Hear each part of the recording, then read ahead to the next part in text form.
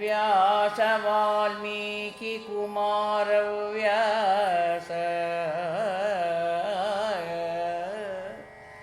ರಾಘವಾಂಕ ಲಕ್ಷ್ಮೀಶ ಪಂಪ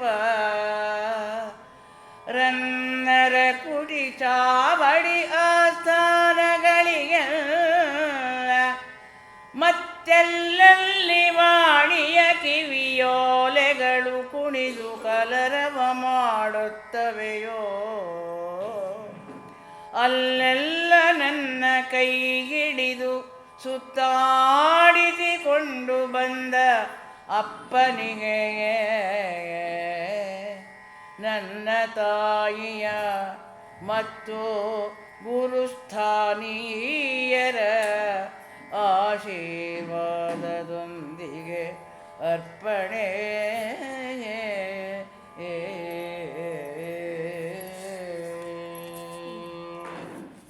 ಎಲ್ಲರಿಗೆ ನಮಸ್ಕಾರ. ಬಂದರು ಅವರ ನೀಲಕಂಠ ಅವ್ರ ತಾಯಿ ಬಂದರು. ಎಲ್ಲರಿಗೆ ನಮಸ್ಕಾರ. ಸುಧಾ ಸುಪರ್ಣೀಯಂ ನೀಲಕಂಠ ಕುಲಕರ್ಣಿಯವರು ಬರೆದಿರೋವಂಥ ಖಂಡಕಾವ್ಯ, ಹಳೆಗನ್ನಡದ ಒಂದು ಪುಟ್ಟದಾದ ಖಂಡಕಾವ್ಯ. ಅದನ್ನು ನಾವು ಕಳೆದ 4-6 ದಿನಗಳಿಂದ, ಅಂದರೆ 4-6 ತಿಂಗಳಿನಿಂದ, ತಿಂಗಳಿಗೆ 2 ದಿನ 1 ದಿನ ಹೀಗೆ ಮಾಡ್ತಾ ಬರ್ತಾ ಇದ್ದೀವಿ. ಇದು ಗರುಡ ಅಮೃತವನ್ನು ತಂದು ತಾಯಿಯ ವಿನತೆಯ ದಾಸ್ಯವನ್ನು ಬಿಡಿಸಿದಂಥ ಕಥೆ. ಇದು ಮುಖ್ಯವಾಗಿ ಸುಧಾ ಸುಪರ್ಣೀಯಂ ಅಂದರೆ ಅದೇ ಅರ್ಥ. ಈ ಕಥೆಯಲ್ಲಿ ನಾವು ಇಲ್ಲಿವರೆಗೂ ವಿನತೆ ದಾಸಿಯಾಗಿದ್ದಾಳೆ, ಕದ್ರುವಿನ ದಾಸಿಯಾಗಿದ್ದಾಳೆ. ಹಾಗಿದ್ದಂತಹ ಆ ದಾಸಿಯಾಗಿರೋದ್ರಿಂದ ಅವಳು ಕದ್ರು ಏನೇನು ಹೇಳ್ತಾಳೋ ಅದೆಲ್ಲ ಕೇಳಬೇಕಾಗಿದೆ.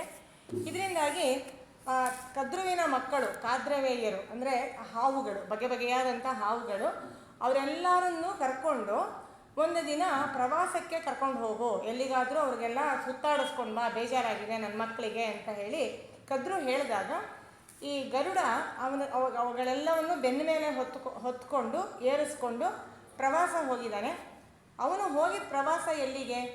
ಈ ಜಗನ್ನಾಥಪುರಿಯ ಕಡೆಗೆ ಹೋಗಿ ಆ ಸಮುದ್ರದ ಮರಳ ದಂಡೆಯ ಮೇಲೆ ಅವುಗಳನ್ನೆಲ್ಲ ಸುತ್ತಾಡಿಸಿ, ಅದಾದ ಮೇಲೆ ಅವುಗಳಿಗೆಲ್ಲ ಒಂದಿಷ್ಟು ಅವನ ವೇಗದ್ದು ಮತ್ತು ಆಕಾಶದವರೆಗೂ, ಸೂರ್ಯ ಬಿಂಬದವರೆಗೂ ಕರ್ಕೊಂಡು ಹೋಗಿ ಅವುಗಳ ಬೆನ್ನನ್ನೆಲ್ಲ ಸುಡಿಸಿ ಎಲ್ಲ, ಯಾಕೆಂದರೆ ಅವನಿಗೂ ಒಂಚೂರು ಕೋಪ ಇದೆ, ಅಮ್ಮನನ್ನು ದಾಸಿಯನ್ನಾಗಿ ಮಾಡ್ಕೊಂಡಿದ್ದಾಳಲ್ಲ ಇವಳು ಅಂತ ಹೇಳಿ.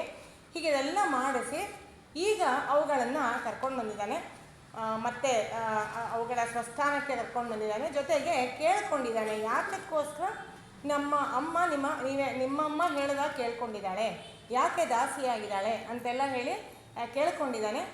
ಕೇಳ್ಕೊಂಡ ಮೇಲೆ ಏನು ಮಾಡಿದ್ರೆ ನಮ್ಮಮ್ಮನಿಗೆ ಬಂದಂತಹ ದಾಸ್ಯ ಅದು ವಿಮೋಚನೆ ಆಗುತ್ತೆ, ಅವಳಿಗೆ ಬಿಡುಗಡೆ ಆಗುತ್ತೆ ಅನ್ನೋವಂಥ ಕಾರಣವನ್ನು ಅವುಗಳನ್ನು ಕೇಳಿದ್ದಾನೆ.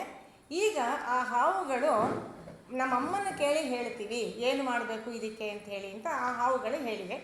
ಅವುಗಳನ್ನು ಇವಾಗ ಕರ್ಕೊಂಡು ಬಂದಿದ್ದಾನೆ. ಕರ್ಕೊಂಡು ಬಂದಮೇಲೆ ಅವು ಅವರ ಅಮ್ಮನನ್ನು ಕೇಳಿವೆ ಆ ಹಾವುಗಳೆಲ್ಲ. ಕೇಳಿದಾಗ ಅವರಮ್ಮ ಏನು ಹೇಳಿರೋದು ಅಂತಂದರೆ, ಆಯಿತು, ತುಂಬ ಒಳ್ಳೆಯದೇ ಆಯಿತು, ನಮಗೆ ಈ ಸಮುದ್ರ ಮಥನದಲ್ಲಿ ಸಿಕ್ಕಂತಹ ಅಮೃತ ಯಾವುದಿದೆ ಅದು ನಮಗೆ ಸಿಕ್ಕಿರಲಿಲ್ಲ, ಈಗ ಇವನ ನೆವದಿಂದ ನಮಗೆ ಅದು ಅಮೃತ ಸಿಗಲಿ, ಅದನ್ನು ಅವನು ಹೋಗಿ ಆ ದೇವಲೋಕಕ್ಕೆ ಹೋಗಿ ಅದನ್ನು ತಗೊಂಡು ಬಂದು ನಮಗೆ ಕೊಡಲಿ, ಆವಾಗ ಅವರ ಅಮ್ಮನ ದಾಸ್ಯವನ್ನು ನಾವು ವಿಮೋಚನೆ ಮಾಡೋಣ, ಅವರ ಅಮ್ಮನ ನಾವು ಬಿಡುಗಡೆ ಮಾಡೋಣ ಅಂತ ಹೇಳಿ ತಾಯಿ ಮಕ್ಕಳು ಕದ್ರು ಮತ್ತು ಕಾದ್ರವೇಯರು ಅವರೆಲ್ಲ ಸೇರಿಕೊಂಡು ಒಂದು ಪ್ಲಾನ್ ಅಥವಾ ಗರುಡನ ತಾಯಿಯ ವಿನತೆಯ ದಾಸ್ಯ ವಿಮೋಚನೆಗೆ ಒಂದು ಕಂಡೀಷನನ್ನು ಹಾಕಿದ್ದಾರೆ. ಅದು ಮುಂದುವರಿತಾ ಇದೆ ಇವಾಗ. ಹಾಗೆ ಹೇಳಿದ ಮೇಲೆ ಅವರಮ್ಮ ಅಂದರೆ ಕದ್ರು ಹೇಳ್ತಾ ಇದ್ದಾಳೆ ಹಾವುಗಳ ಹತ್ರ, ಅದು ಬಹಳ ದುರ್ಲಭವಾದದ್ದು, ಎಲ್ರಿಗೂ ಸಿಗೋ ಅಂಥದ್ದಲ್ಲ, ಅದು ನಮಗೆ ಸಿಗಲಿ, ಅದರಿಂದ ನಮಗೆ ಶಾಶ್ವತ ಸುಖ ಸಿಗಲಿ ಅಂತ ಹೇಳಿ ಹೇಳ್ತಾ ಇದ್ದಾಳೆ. ಅದನ್ನು ಕೇಳಿ. ಅದು ಬಹು ದುರ್ಲಭಂ ಅದರಿಂದ ಒದವಿಪ್ಪುದು ಶಾಶ್ವತಂ ಸುಖಂ ಮೇನ್ ಅಮೃತಿಪ್ರದಂ ಅದು ಸಮಯಕ್ಕೆ ಸಮನಾಗಿದನೆ ಸಗಲ್ಕೆ ಇದನೆ ಸಗಲ್ಕೆ ಯಮಗೆ ನೀತಿ ಕಂದ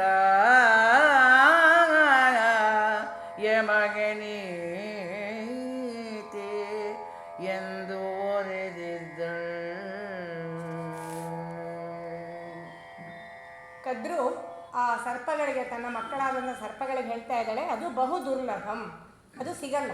ಆ ಸಮುದ್ರ ಮಥನ ಆದಾಗ ಅಮೃತ ಬಂತು, ಹುಟ್ಟಿತು. ಅಮೃತ ಹುಟ್ಟಿದ್ದನ್ನು ದೇವತೆಗಳೆಲ್ಲ ಹಂಚಿಕೊಂಡು ಸ್ವಲ್ಪ ಸ್ವಲ್ಪವಾಗಿ ಅದನ್ನು ಹಂಚಿಕೊಂಡು ಮಿಕ್ಕಿದ್ದನ್ನೆಲ್ಲ ಜತನದಿಂದ ದೇವಲೋಕದಲ್ಲಿ ಬಹಳ ಸುರಕ್ಷತೆಯಿಂದ ಅದನ್ನು ಅಲ್ಲಿ ಇಟ್ಟಿದ್ದಾರೆ. ಅದೆಲ್ರಿಗೂ ಅಷ್ಟು ಸುಲಭವಾಗಿ ಸಿಗುವಂಥದ್ದಲ್ಲ. ನಾವಂತೂ ಹೋಗಿ ಅದನ್ನು ಪಡೆಯೋದಕ್ಕೆ ಸಾಧ್ಯ ಇಲ್ಲ. ಸಮುದ್ರ ಮಥನ ಆಗುವಾಗ ನಾವಲ್ಲಿರಲಿಲ್ಲ. ಜೊತೆಗೆ ನಮ್ಮನ್ನು ದೇವತೆಗಳು ಅಂತ ಅವರು ಪರಿಗಣಿಸೂ ಇರಲಿಲ್ಲ.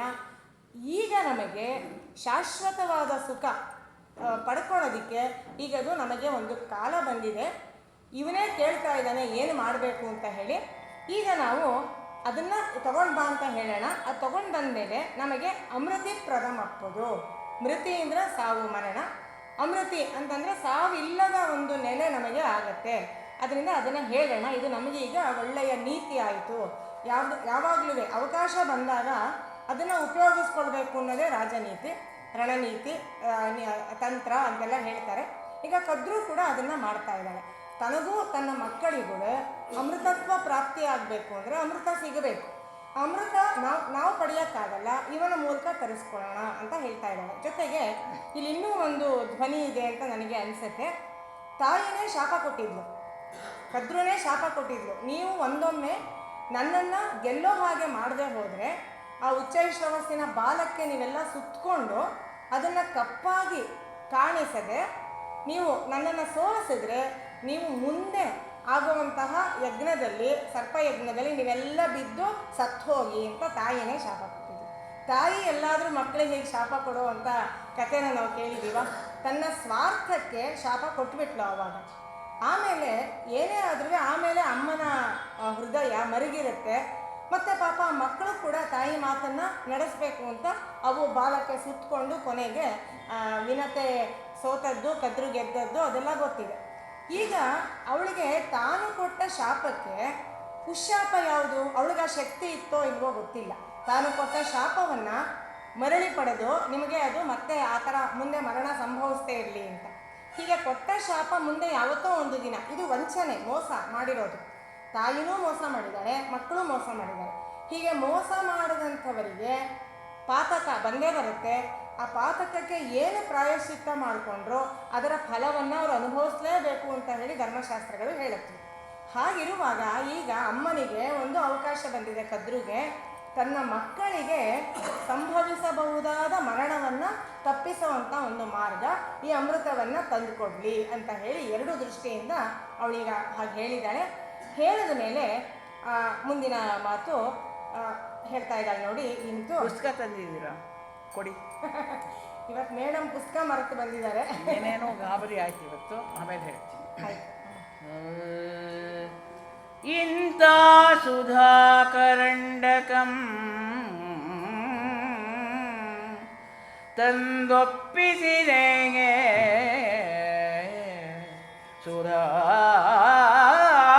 ಸುಧಾಕರಂಡಕಮಂ ಇಂತು ತಂದೊಪ್ಪಿಸಿದೆ ದಾಸ್ಯದಿಂ ಮುಕ್ತಿಯನಲ್ಕೆ ಅಂತಪ್ಪುದು ತಪ್ಪದು ಎಂದು ಅಂತರಂ ಇರದಂತೆ ನುಡಿದೋ ನಡೆರಂ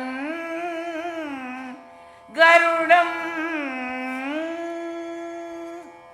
ತಾಯಬಳಿ ಬಂದು ವಿಹಗಂ ಪೇಯಂ ಅಮೃತಂ ಆಭುಜಂಗ ಕುಲಕಂ ವೇಳ್ಕೊಂ ಆಯವದು ಎಮ್ಮ ವಿಮುಕ್ತಿ ಶ್ರೀಯಂ ಕೊಳ್ವೊಳಂ ಅಮ್ಮ ಎಮ್ಮ ವಿಮುಕ್ತಿ ಶ್ರೀಯಂ ಕೊಳ್ವೊಳಂ ಆಯವದು ಎನಲ್ಕೆ ನಲಿ ನಲಿಗೂ ಉಳಿದಿದ್ದ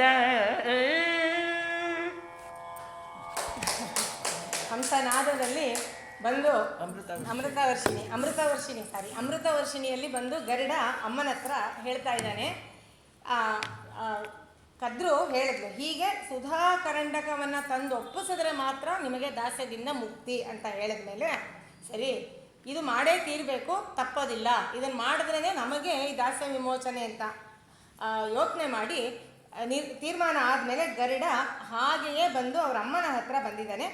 ಬಂದು ಹೇಳ್ತಾ ಇದ್ದಾನೆ, ಇವರಿಗೆಲ್ಲರಿಗೂ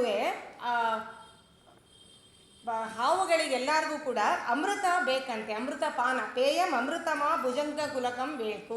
ಆ ಹಾವುಗಳ ಕುಲಕ್ಕೆಲ್ಲ ಯಾವುದೋ ಒಂದು ಪೇಯ ಕುಡಿಯೋ ಅಂತಹದ್ದು ಆ ಅಮೃತ ಬೇಕಂತೆ.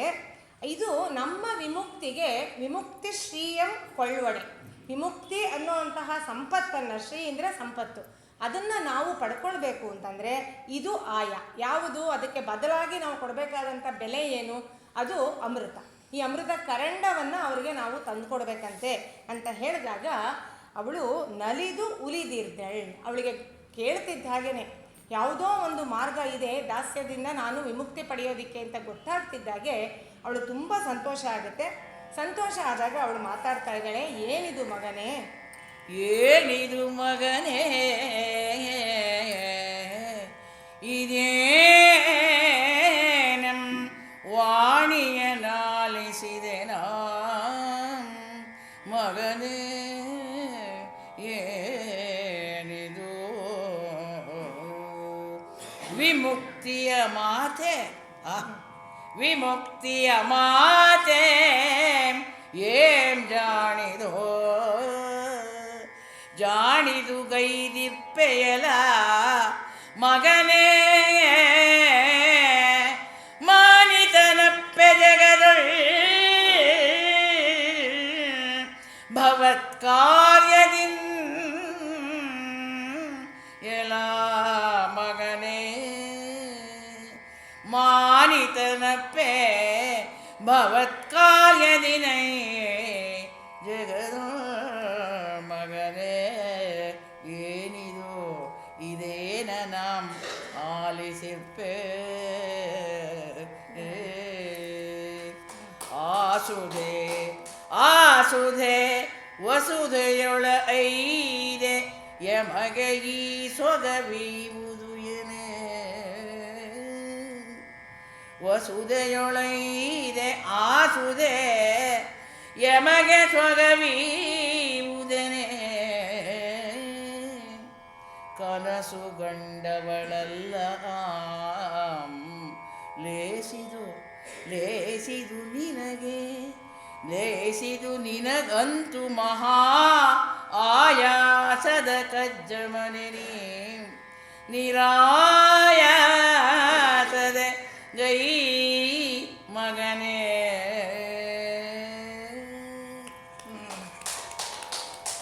ಅಮ್ಮನ ಮಾತು, ವಿನತೆಯ ಮಾತು ಗರುಡನಿಗೆ ಹೇಳ್ತಾ ಇರೋದು ಸುಪರ್ಣನಿಗೆ, ಏನಿದು ಮಗನೇ, ಏನಪ್ಪ, ಏನು ಮಾತನ್ನು ನಾನು ಕಿವಿಯಿಂದ ಕೇಳ್ತಾ ಇದ್ದೀನಿ, ನಿಜವಾಗ್ಲೂ ನಮಗೆ ದಾಸ್ಯದಿಂದ ವಿಮುಕ್ತಿಯ ಗಳಿಗೆ ಬಂದಿದೆಯಾ, ವಿಮುಕ್ತಿ ಮಾಡ್ತಾಳ ನನ್ನನ್ನು ಕದ್ರು, ನನ್ನ ಹೇಳಬೇಕು ಅಂದರೆ ಸವತಿನೇ ಅವಳು, ಮಾಡ್ತಾಳ ನನಗೆ ಮುಕ್ತಿಯನ್ನು ವಿಮುಕ್ತಿಯನ್ನು, ವಿಮುಕ್ತಿಯ ಮಾತಾ ಅವಳು ಆಡಲ್ಲ ನಿಜವಾಗ್ಲೂ. ಆಹಾ, ಜಾಣಿದು ಗೈದಿರ್ಪೆಯಲ್ಲ, ಏನಪ್ಪ ಯಾವ ಉಪಾಯ ಮಾಡಿದೆ, ಏನು ಜಾಣತನ ಮಾಡಿದೆ ನೀನು, ಅಷ್ಟು ಹಾವುಗಳನ್ನೆಲ್ಲ ಬೆನ್ನ ಮೇಲೆ ಹೊತ್ಕೊಂಡು ಪ್ರವಾಸ ಕರ್ಕೊಂಡು ಹೋಗಿದೆಯಲ್ಲ, ಹೋಗಿ ಬರೋ ಅಷ್ಟರಲ್ಲಿ ಹೀಗೆ ಒಂದು ಪವಾಡ ಮಾಡಿದೆಯಲ್ಲ ನೀನು, ಏನು ಜಾಣತನವನ್ನು ಮಾಡಿದೆ, ಈ ಥರ ಭವತ್ ಕಾರ್ಯದಿಂದ, ಈ ಭವತ್ ಕಾರ್ಯ ಈಗ ನೀನು ನಿನ್ನ ಕೆಲಸದಿಂದ ಇಂಥ ಮಹತ್ ಕಾರ್ಯ, ಇದು ಅಮೃತ ಕರಂಡ, ನಾನಾಗಲೇ ಹೇಳಿದ್ನಲ್ಲ ಬಲವಾದ ಸುರಕ್ಷೆಯಲ್ಲಿ ಇರೋವಂಥದ್ದು ಅದು, ಅಂತಹ ಅಮೃತ ಕರಂಡವನ್ನು ತಗೊಂಡು ಬಂದರೆ ಮಾತ್ರ ಕೊಡೋದು ನಿನಗೆ ಮುಕ್ತಿ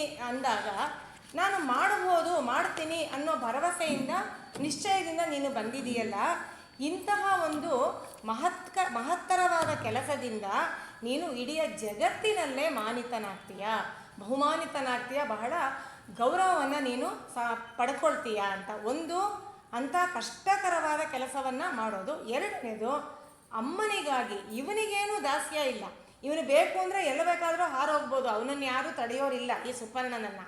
ಆದರೆ ಅವನಿಗೆ ತುಂಬ ನೋವಾಗ್ತಾ ಇರೋದು ಅಮ್ಮನ ದಾಸ್ಯ. ಅವಳು ಹೇಳಿದಾಗೆ ಕೇಳಬೇಕಲ್ಲ, ಬಾ ಅಂದರೆ ಬರಬೇಕು, ಕೂತ್ಕೋ ಅಂದರೆ ಕೂತ್ಕೋಬೇಕು, ಊಟ ಮಾಡಿಕೊಂಡ್ರೆ ಊಟ ಮಾಡಿಸ್ಬೇಕು, ತಟ್ಟೆ ತೊಳೆಯಿದ್ರೆ ತಟ್ಟೆ ತೊಳಿಬೇಕು. ಇದೆಲ್ಲ ಇರುವಾಗ ಅಮ್ಮನ ನೋವನ್ನು ಅವನಿಗೆ ನೋಡೋಕ್ಕಾಗ್ತಾ ಇಲ್ಲ, ಸಂಕಟವನ್ನು ನೋಡೋಕ್ಕಾಗ್ತಾ ಇಲ್ಲ. ಅಮ್ಮನಿಗೆ ದಾಸ್ಯ ಮುಕ್ತಿ ಮಾಡಿದ್ದು. ಈ ಎರಡೂ ಕಾರಣದಿಂದ ನಿನಗೆ ಜಗತ್ತಿನಲ್ಲಿಯೇ ಒಳ್ಳೆಯ ಗೌರವ ಸಿಗುತ್ತೆ, ಎಲ್ಲ ಕಾಲಕ್ಕೂ ನಿಲ್ಲುವಂತಹ ಹೆಸರನ್ನು ನೀನು ಪಡ್ಕೊಳ್ತೀಯ ಅಂತ ಮಗನನ್ನು ಮೊದಲು ಹೊಗಳಿ, ಆಮೇಲೆ ಅವಳು ಹೇಳ್ತಾ ಇದ್ದಾಳೆ, ಆ ಸುಧೆ ಯಾವತ್ತೋ ಬಂದಿದ್ದು ಆ ಸಮುದ್ರ ಮಥನ ಕಾಲದಲ್ಲಿ, ಅದು ಈ ನಮ್ಮ ಭೂಮಿಗೆ ಬಂದು ನಮಗೆ ಈ ರೀತಿಯಾದಂಥ ಒಂದು ಸಂತೋಷವನ್ನು ಕೊಡುತ್ತೆ ಅಂತ ನಾನು ಕನಸನ್ನೂ ಕಂಡವಳಲ್ಲ. ನಮ್ಮ ಪಾಲಿಗೆ ಅಮೃತ ಸಿಗತ್ತೆ ಅಂತ ನಾ ಕನಸಿನಲ್ಲೂ ಕೂಡ ಎಣಿಸಿದ್ದಿಲ್ಲ. ಒಳ್ಳೆಯದಾಯಿತು. ನಿನಗೆ ಮಹಾ ಆಯಾಸದ ಕಜ್ಜ, ಇದು ಸುಲಭ ಅಲ್ಲ, ವಿನತೆಗೂ ಗೊತ್ತು, ಬಹಳ ಆಯಾಸ ಆಗುವಂಥ ಕೆಲಸ. ಆದರೆ ನನಗೆ ನಿನ್ನಲ್ಲಿ ಭರವಸೆ ಇದೆ, ನಿನ್ನ ಶಕ್ತಿ ಸಾಮರ್ಥ್ಯದಲ್ಲಿ ಭರವಸೆ ಇದೆ. ಅದನ್ನು ನೀನು ನಿರಾಯಾಸದಿ ಗೈರಿ, ಅದನ್ನು ಒಂದಿಷ್ಟು ಆಯಾಸ ಆಗದೇನೆ ಹೂವಿನ ಸರ ಎತ್ತದ ಹಾಗೆ ಅಂತ ಹೇಳ್ತಾರಲ್ಲ, ಹಾಗೆ ನೀನು ಮಾಡ್ಕೊಂಡು ಬಾರಪ್ಪ.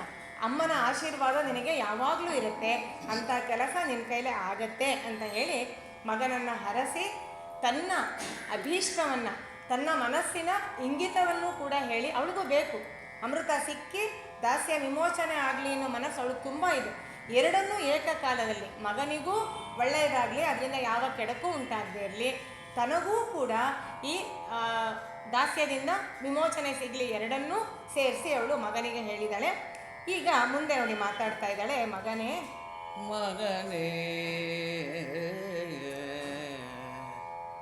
ಮಗನೇ ಎನಗಿಲ್ಲ ನಿನ್ನಿಮ್ಮಿಗಿಲೆನಿಸಿಪ್ಪ ಬಲವಂತರಣಿಕೆ, ಮಗನೇ ನಿನ್ನಿಮ್ಮಿಗಿಲೆನಿಸಿಪ್ಪ ಬಲವಂತರ ಎಣಿಕೆ ಎನಗೆ ಇಲ್ಲಗ, ಇದಕ್ಕಂ ಪೆಗಲಣೆಯಾಗಿ ನಿಲುವೆ ನಾನು, ಮಗನೇ ಪೆಗಲಣೆಯಾಗಿ ನಾನು ಇದಕ್ಕಂ ನಿಲುವೆನು,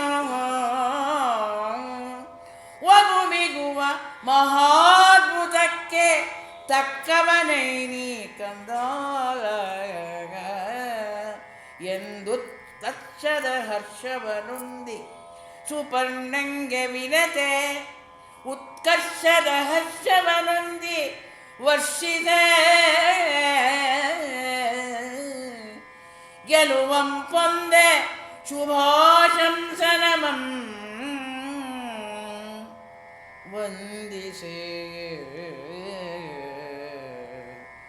ಮಗನು ವಂದಿಸಿ ಬೀಳ್ಕೊಳ್ಳುವ ಸುತನೊಳಂ ಮಾನುಡಿದಳ್ ವಿನತೆ. ಮೋಹನ ರಾಗದಲ್ಲಿ ಅಮ್ಮನ ಮಾತು ಮುಂದುವರಿತಾ ಇದೆ ಸುಪರ್ಣನ ಜೊತೆ. ಮಗನೇ ಎನಗಿಲ್ಲ, ನಿನಗಿಂತ ಮಿಗಿಲಾದಂತಹವನು ಯಾರಾದ್ರೂ ಈ ಕೆಲಸವನ್ನು ಮಾಡಬಲ್ಲ ಅನ್ನೋವಂಥವನು ನಾನು ಕಂಡಿಲ್ಲ. ನಾನು ಇದುವರೆಗೂ ನನ್ನ ಪಾಲುಗಂತೂ ಇಲ್ಲ. ಅವಳಿಗೆ ಇದ್ದೋರೆ ಇಬ್ಬರು, ಅರುಣ ಮತ್ತು ಸುಪರ್ಣ. ಅರುಣ ಇಲ್ಲವೇ ಇಲ್ಲ, ಈಗಿರೋ ನೀವನೊಬ್ಬನೇ. ಮಿಕ್ಕ ಯಾವ ಸಹಾಯವನ್ನು ನಾನು ನಿರೀಕ್ಷೆ ಮಾಡ್ತಾ ಇಲ್ಲ, ಇಲ್ಲವೂ ಇಲ್ಲ. ಇದ್ರೂ ಯಾರಾದರೂ ಬಂದು ಮಾಡ್ತೀನಿ ಅಂತ ಹೇಳಿದ್ರೂ ಇಂತಹ ಮಹತ್ತರವಾದ ದುಷ್ಕರವಾದ ಕಷ್ಟ ಸಾಧ್ಯವಾದ ಈ ಕೆಲಸವನ್ನು ಮಾಡೋದಕ್ಕೆ ನಿನಗಿಂತ ಎನಿಸಿಪ್ಪ ಬಲವಂತರೆಣಿಕೆ ಇಲ್ಲ, ಬಲವಂತರು ಇನ್ಯಾರೂ ಇಲ್ಲ. ಇದಕ್ಕೆ ನಾನು ನಿನಗೆ ಹೆಗಲಣೆಯಾಗಿ ನಿಲ್ತೀನಿ ಅಂತ ಹೇಳ್ತಾ ಇದ್ದಾಳೆ. ಅಂದರೆ ಮಹಾದ್ಭುತವಾದ ಈ ಕಾರ್ಯಕ್ಕೆ ನೀನೇ ತಕ್ಕೋನು, ನಿನಗೆ ನಾನು ಯಾವಾಗಲೂ ಸಪೋರ್ಟಿವ್ ಆಗಿರ್ತೀನಿ ಅಂತ, ಹೆಗಲಣೆಯಾಗಿ ಇರ್ತೀನಿ ಅಂತಂದರೆ ಅಂದರೆ ಏನರ್ಥ? ಸಪೋರ್ಟಿವ್ ಆಗಿರೋದು ಅಂತಂದರೆ ಮೊದಲಿಗೆ ಆತ್ಮವಿಶ್ವಾಸವನ್ನು ಕೆಡಿಸ್ತೇ ಇರೋದೇ ಮೊದಲ ಒಂದು ಸಪೋರ್ಟ್. ಅಯ್ಯೋ ನಿನ್ನ ಕೈಲಾಗತ್ತಾ, ಹೋಗಬೇಡ, ಅಲ್ಲಿ ಹೋದರೆ ಏನಾಗುತ್ತೋ ಗೊತ್ತಿಲ್ಲ, ಅವರು ನಿನ್ನ ಹಿಡಿದು ಒಳಗಾಕ್ಬಿಟ್ಟು ಟ್ರೈನ್ ಮಾಡೋದು, ಅಥವಾ ಸೂರ್ಯ ನಿನ್ನ ರೆಕ್ಕೆ ಸುಟ್ಬಿಟ್ಟು ಟ್ರೈನ್ ಮಾಡೋದು, ಹೀಗೆಲ್ಲ ಗಲಾಟೆ ಮಾಡಿ ಮೊದಲೆತ್ಕೋತಾನೆ ಅವರ ಆತ್ಮವಿಶ್ವಾಸವನ್ನು ಚೂರು ಮಾಡಿಬಿಡೋದು, ನುಚ್ಚು ನೂರು ಮಾಡಿಬಿಡೋದು. ಹಾಗೆ ಮಾಡಿಬಿಟ್ರೆ ಮಾಡಬೇಕು ಅನ್ನೋ ಕೆಲಸ ಮಾಡಬೇಕು ಅನ್ನೋ ಉತ್ಸಾಹ ಇದೆಯಲ್ಲ, ಅದು ಜರ್ರಂತ ಇಳಿದು ಹೋಗುತ್ತೆ. ಎಷ್ಟು ಶಕ್ತಿ ಇದ್ದರೂ ಕೂಡ ಅದು ಸಮಯಕ್ಕೆ ಒದಗಿ ಬರಲ್ಲ. ಈ ದೃಷ್ಟಿಯಿಂದ ನೋಡಿದಾಗ ಅವಳು ನಾನು ನಿನಗೆ ಇದಕ್ಕೆ ಸಹಾಯಕಳಾಗಿರ್ತೀನಿ, ಅಂದರೆ ಏನೇ ಬರಲಿ ನಾನು ನಿನ್ನ ಜೊತೆಯಾಗಿ ನಿಲ್ತೀನಿ ಅಂತ. ಒಂದೊಮ್ಮೆ ಅಮೃತ ತರಕ್ಕಾಗಲಿಲ್ಲ ಅಂತ ಇಟ್ಕೊಳ್ಳಿ, ಅವನು ವಾಪಸ್ ಬಂದ ಅಂತಂದರೆ ಇವರ ದಾಸ್ಯ ವಿಮೋಚನೆ ಆಗಲ್ಲ. ಹಾಗೆ ಆಗದೇ ಇದ್ದರೂ ಪರವಾಗಿಲ್ಲ, ಆವಾಗ ನಾನು ನಿನ್ನನ್ನೇನು ಬೈಯೋದಿಲ್ಲ, ನಿನಗೆ ಎಲ್ಲ ಥರದಲ್ಲೂ ನಾನು ನಿನ್ನ ಜೊತೆಯಾಗೇ ಇರ್ತೀನಿ ಅಂತ ಹೇಳಿ ಮೊದಲ ಮಾತಾಗಿ ಅಮ್ಮ ಅವನಿಗೆ ಪೂರ್ತಿಯಾಗಿ ಒತ್ತಾಸೆಯನ್ನು ಕೊಡ್ತಾ ಇದ್ದಾಳೆ. ಎಲ್ಲ ಕೆಲಸ ನೀನು ಮಾಡಪ್ಪ ಅಂತ ಹೇಳಿ ಎಂದು ಉತ್ಕರ್ಷದ ಹರ್ಷವ ನೊಂದಿ. ಜೊತೆಗೆ ಅವಳು ಹೇಳ್ತಾಳೆ ಮತ್ತೆ ಆ ಆತ್ಮವಿಶ್ವಾಸವನ್ನು ಹೆಚ್ಚಿಸುವಂಥ ಮಾತು, ಇಂಥ ಕೆಲಸಕ್ಕೆ ನೀನೇ ತಕ್ಕೊಂಡು, ಬೇರೆ ಯಾರ ಕೈಲಾಗತ್ತೆ ಕೆಲಸ ಮಾಡೋದಕ್ಕೆ ಅಂತೆಲ್ಲ ಹೇಳಿ ಅವಳಿಗೆ ಮನಸ್ಸಿನಲ್ಲಿ ಸಂತೋಷ ಆಗ್ತಾ ಇದೆ. ಆ ಸಂತೋಷದಿಂದ ಆ ಮಗನಿಗೆ ಸುಪರ್ಣನಿಗೆ ಗೆಲುವನ್ನು ವರ್ಷಿಸ್ತಾ ಇದ್ದಾಳಂತೆ, ಆಶೀರ್ವಾದ ಮಾಡ್ತಾ ಇದ್ದಾಳೆ, ಎಲ್ಲ ಥರದಲ್ಲಿ ನಿನಗೆ ಜಯ ಆಗಲಿ ಅಂತ ಹೇಳಿ. ಅದಾದ ಮೇಲೆ ಅವನು ಮಗ ತಾಯಿಗೆ ವಂದಿಸಿ ನಮಸ್ಕಾರ ಮಾಡಿ ಬೀಳ್ಕೊಡಕ್ಕೆ ಅಂತ ಹೊರಟಾಗ ಮತ್ತೂ 2 ಒಳ್ಳೆಯ ಬುದ್ಧಿ ಮಾತುಗಳನ್ನು ಹೇಳ್ತಾ ಇದ್ದಾಳೆ. ಇದು ದೇವಯಾನಂ, ಇದು ದೇವಯಾನಂ ಕಂದ, ಅದ ಕಪ್ಪುದು ಸತ್ಯಪಥಂ, ಸದಾ ಸದಾಚಾರ ಶ್ರೀ ಒದವಿಪ್ಪವುರುಪಾಥೇಯಂ, ಸದಸಜ್ಞಾನದ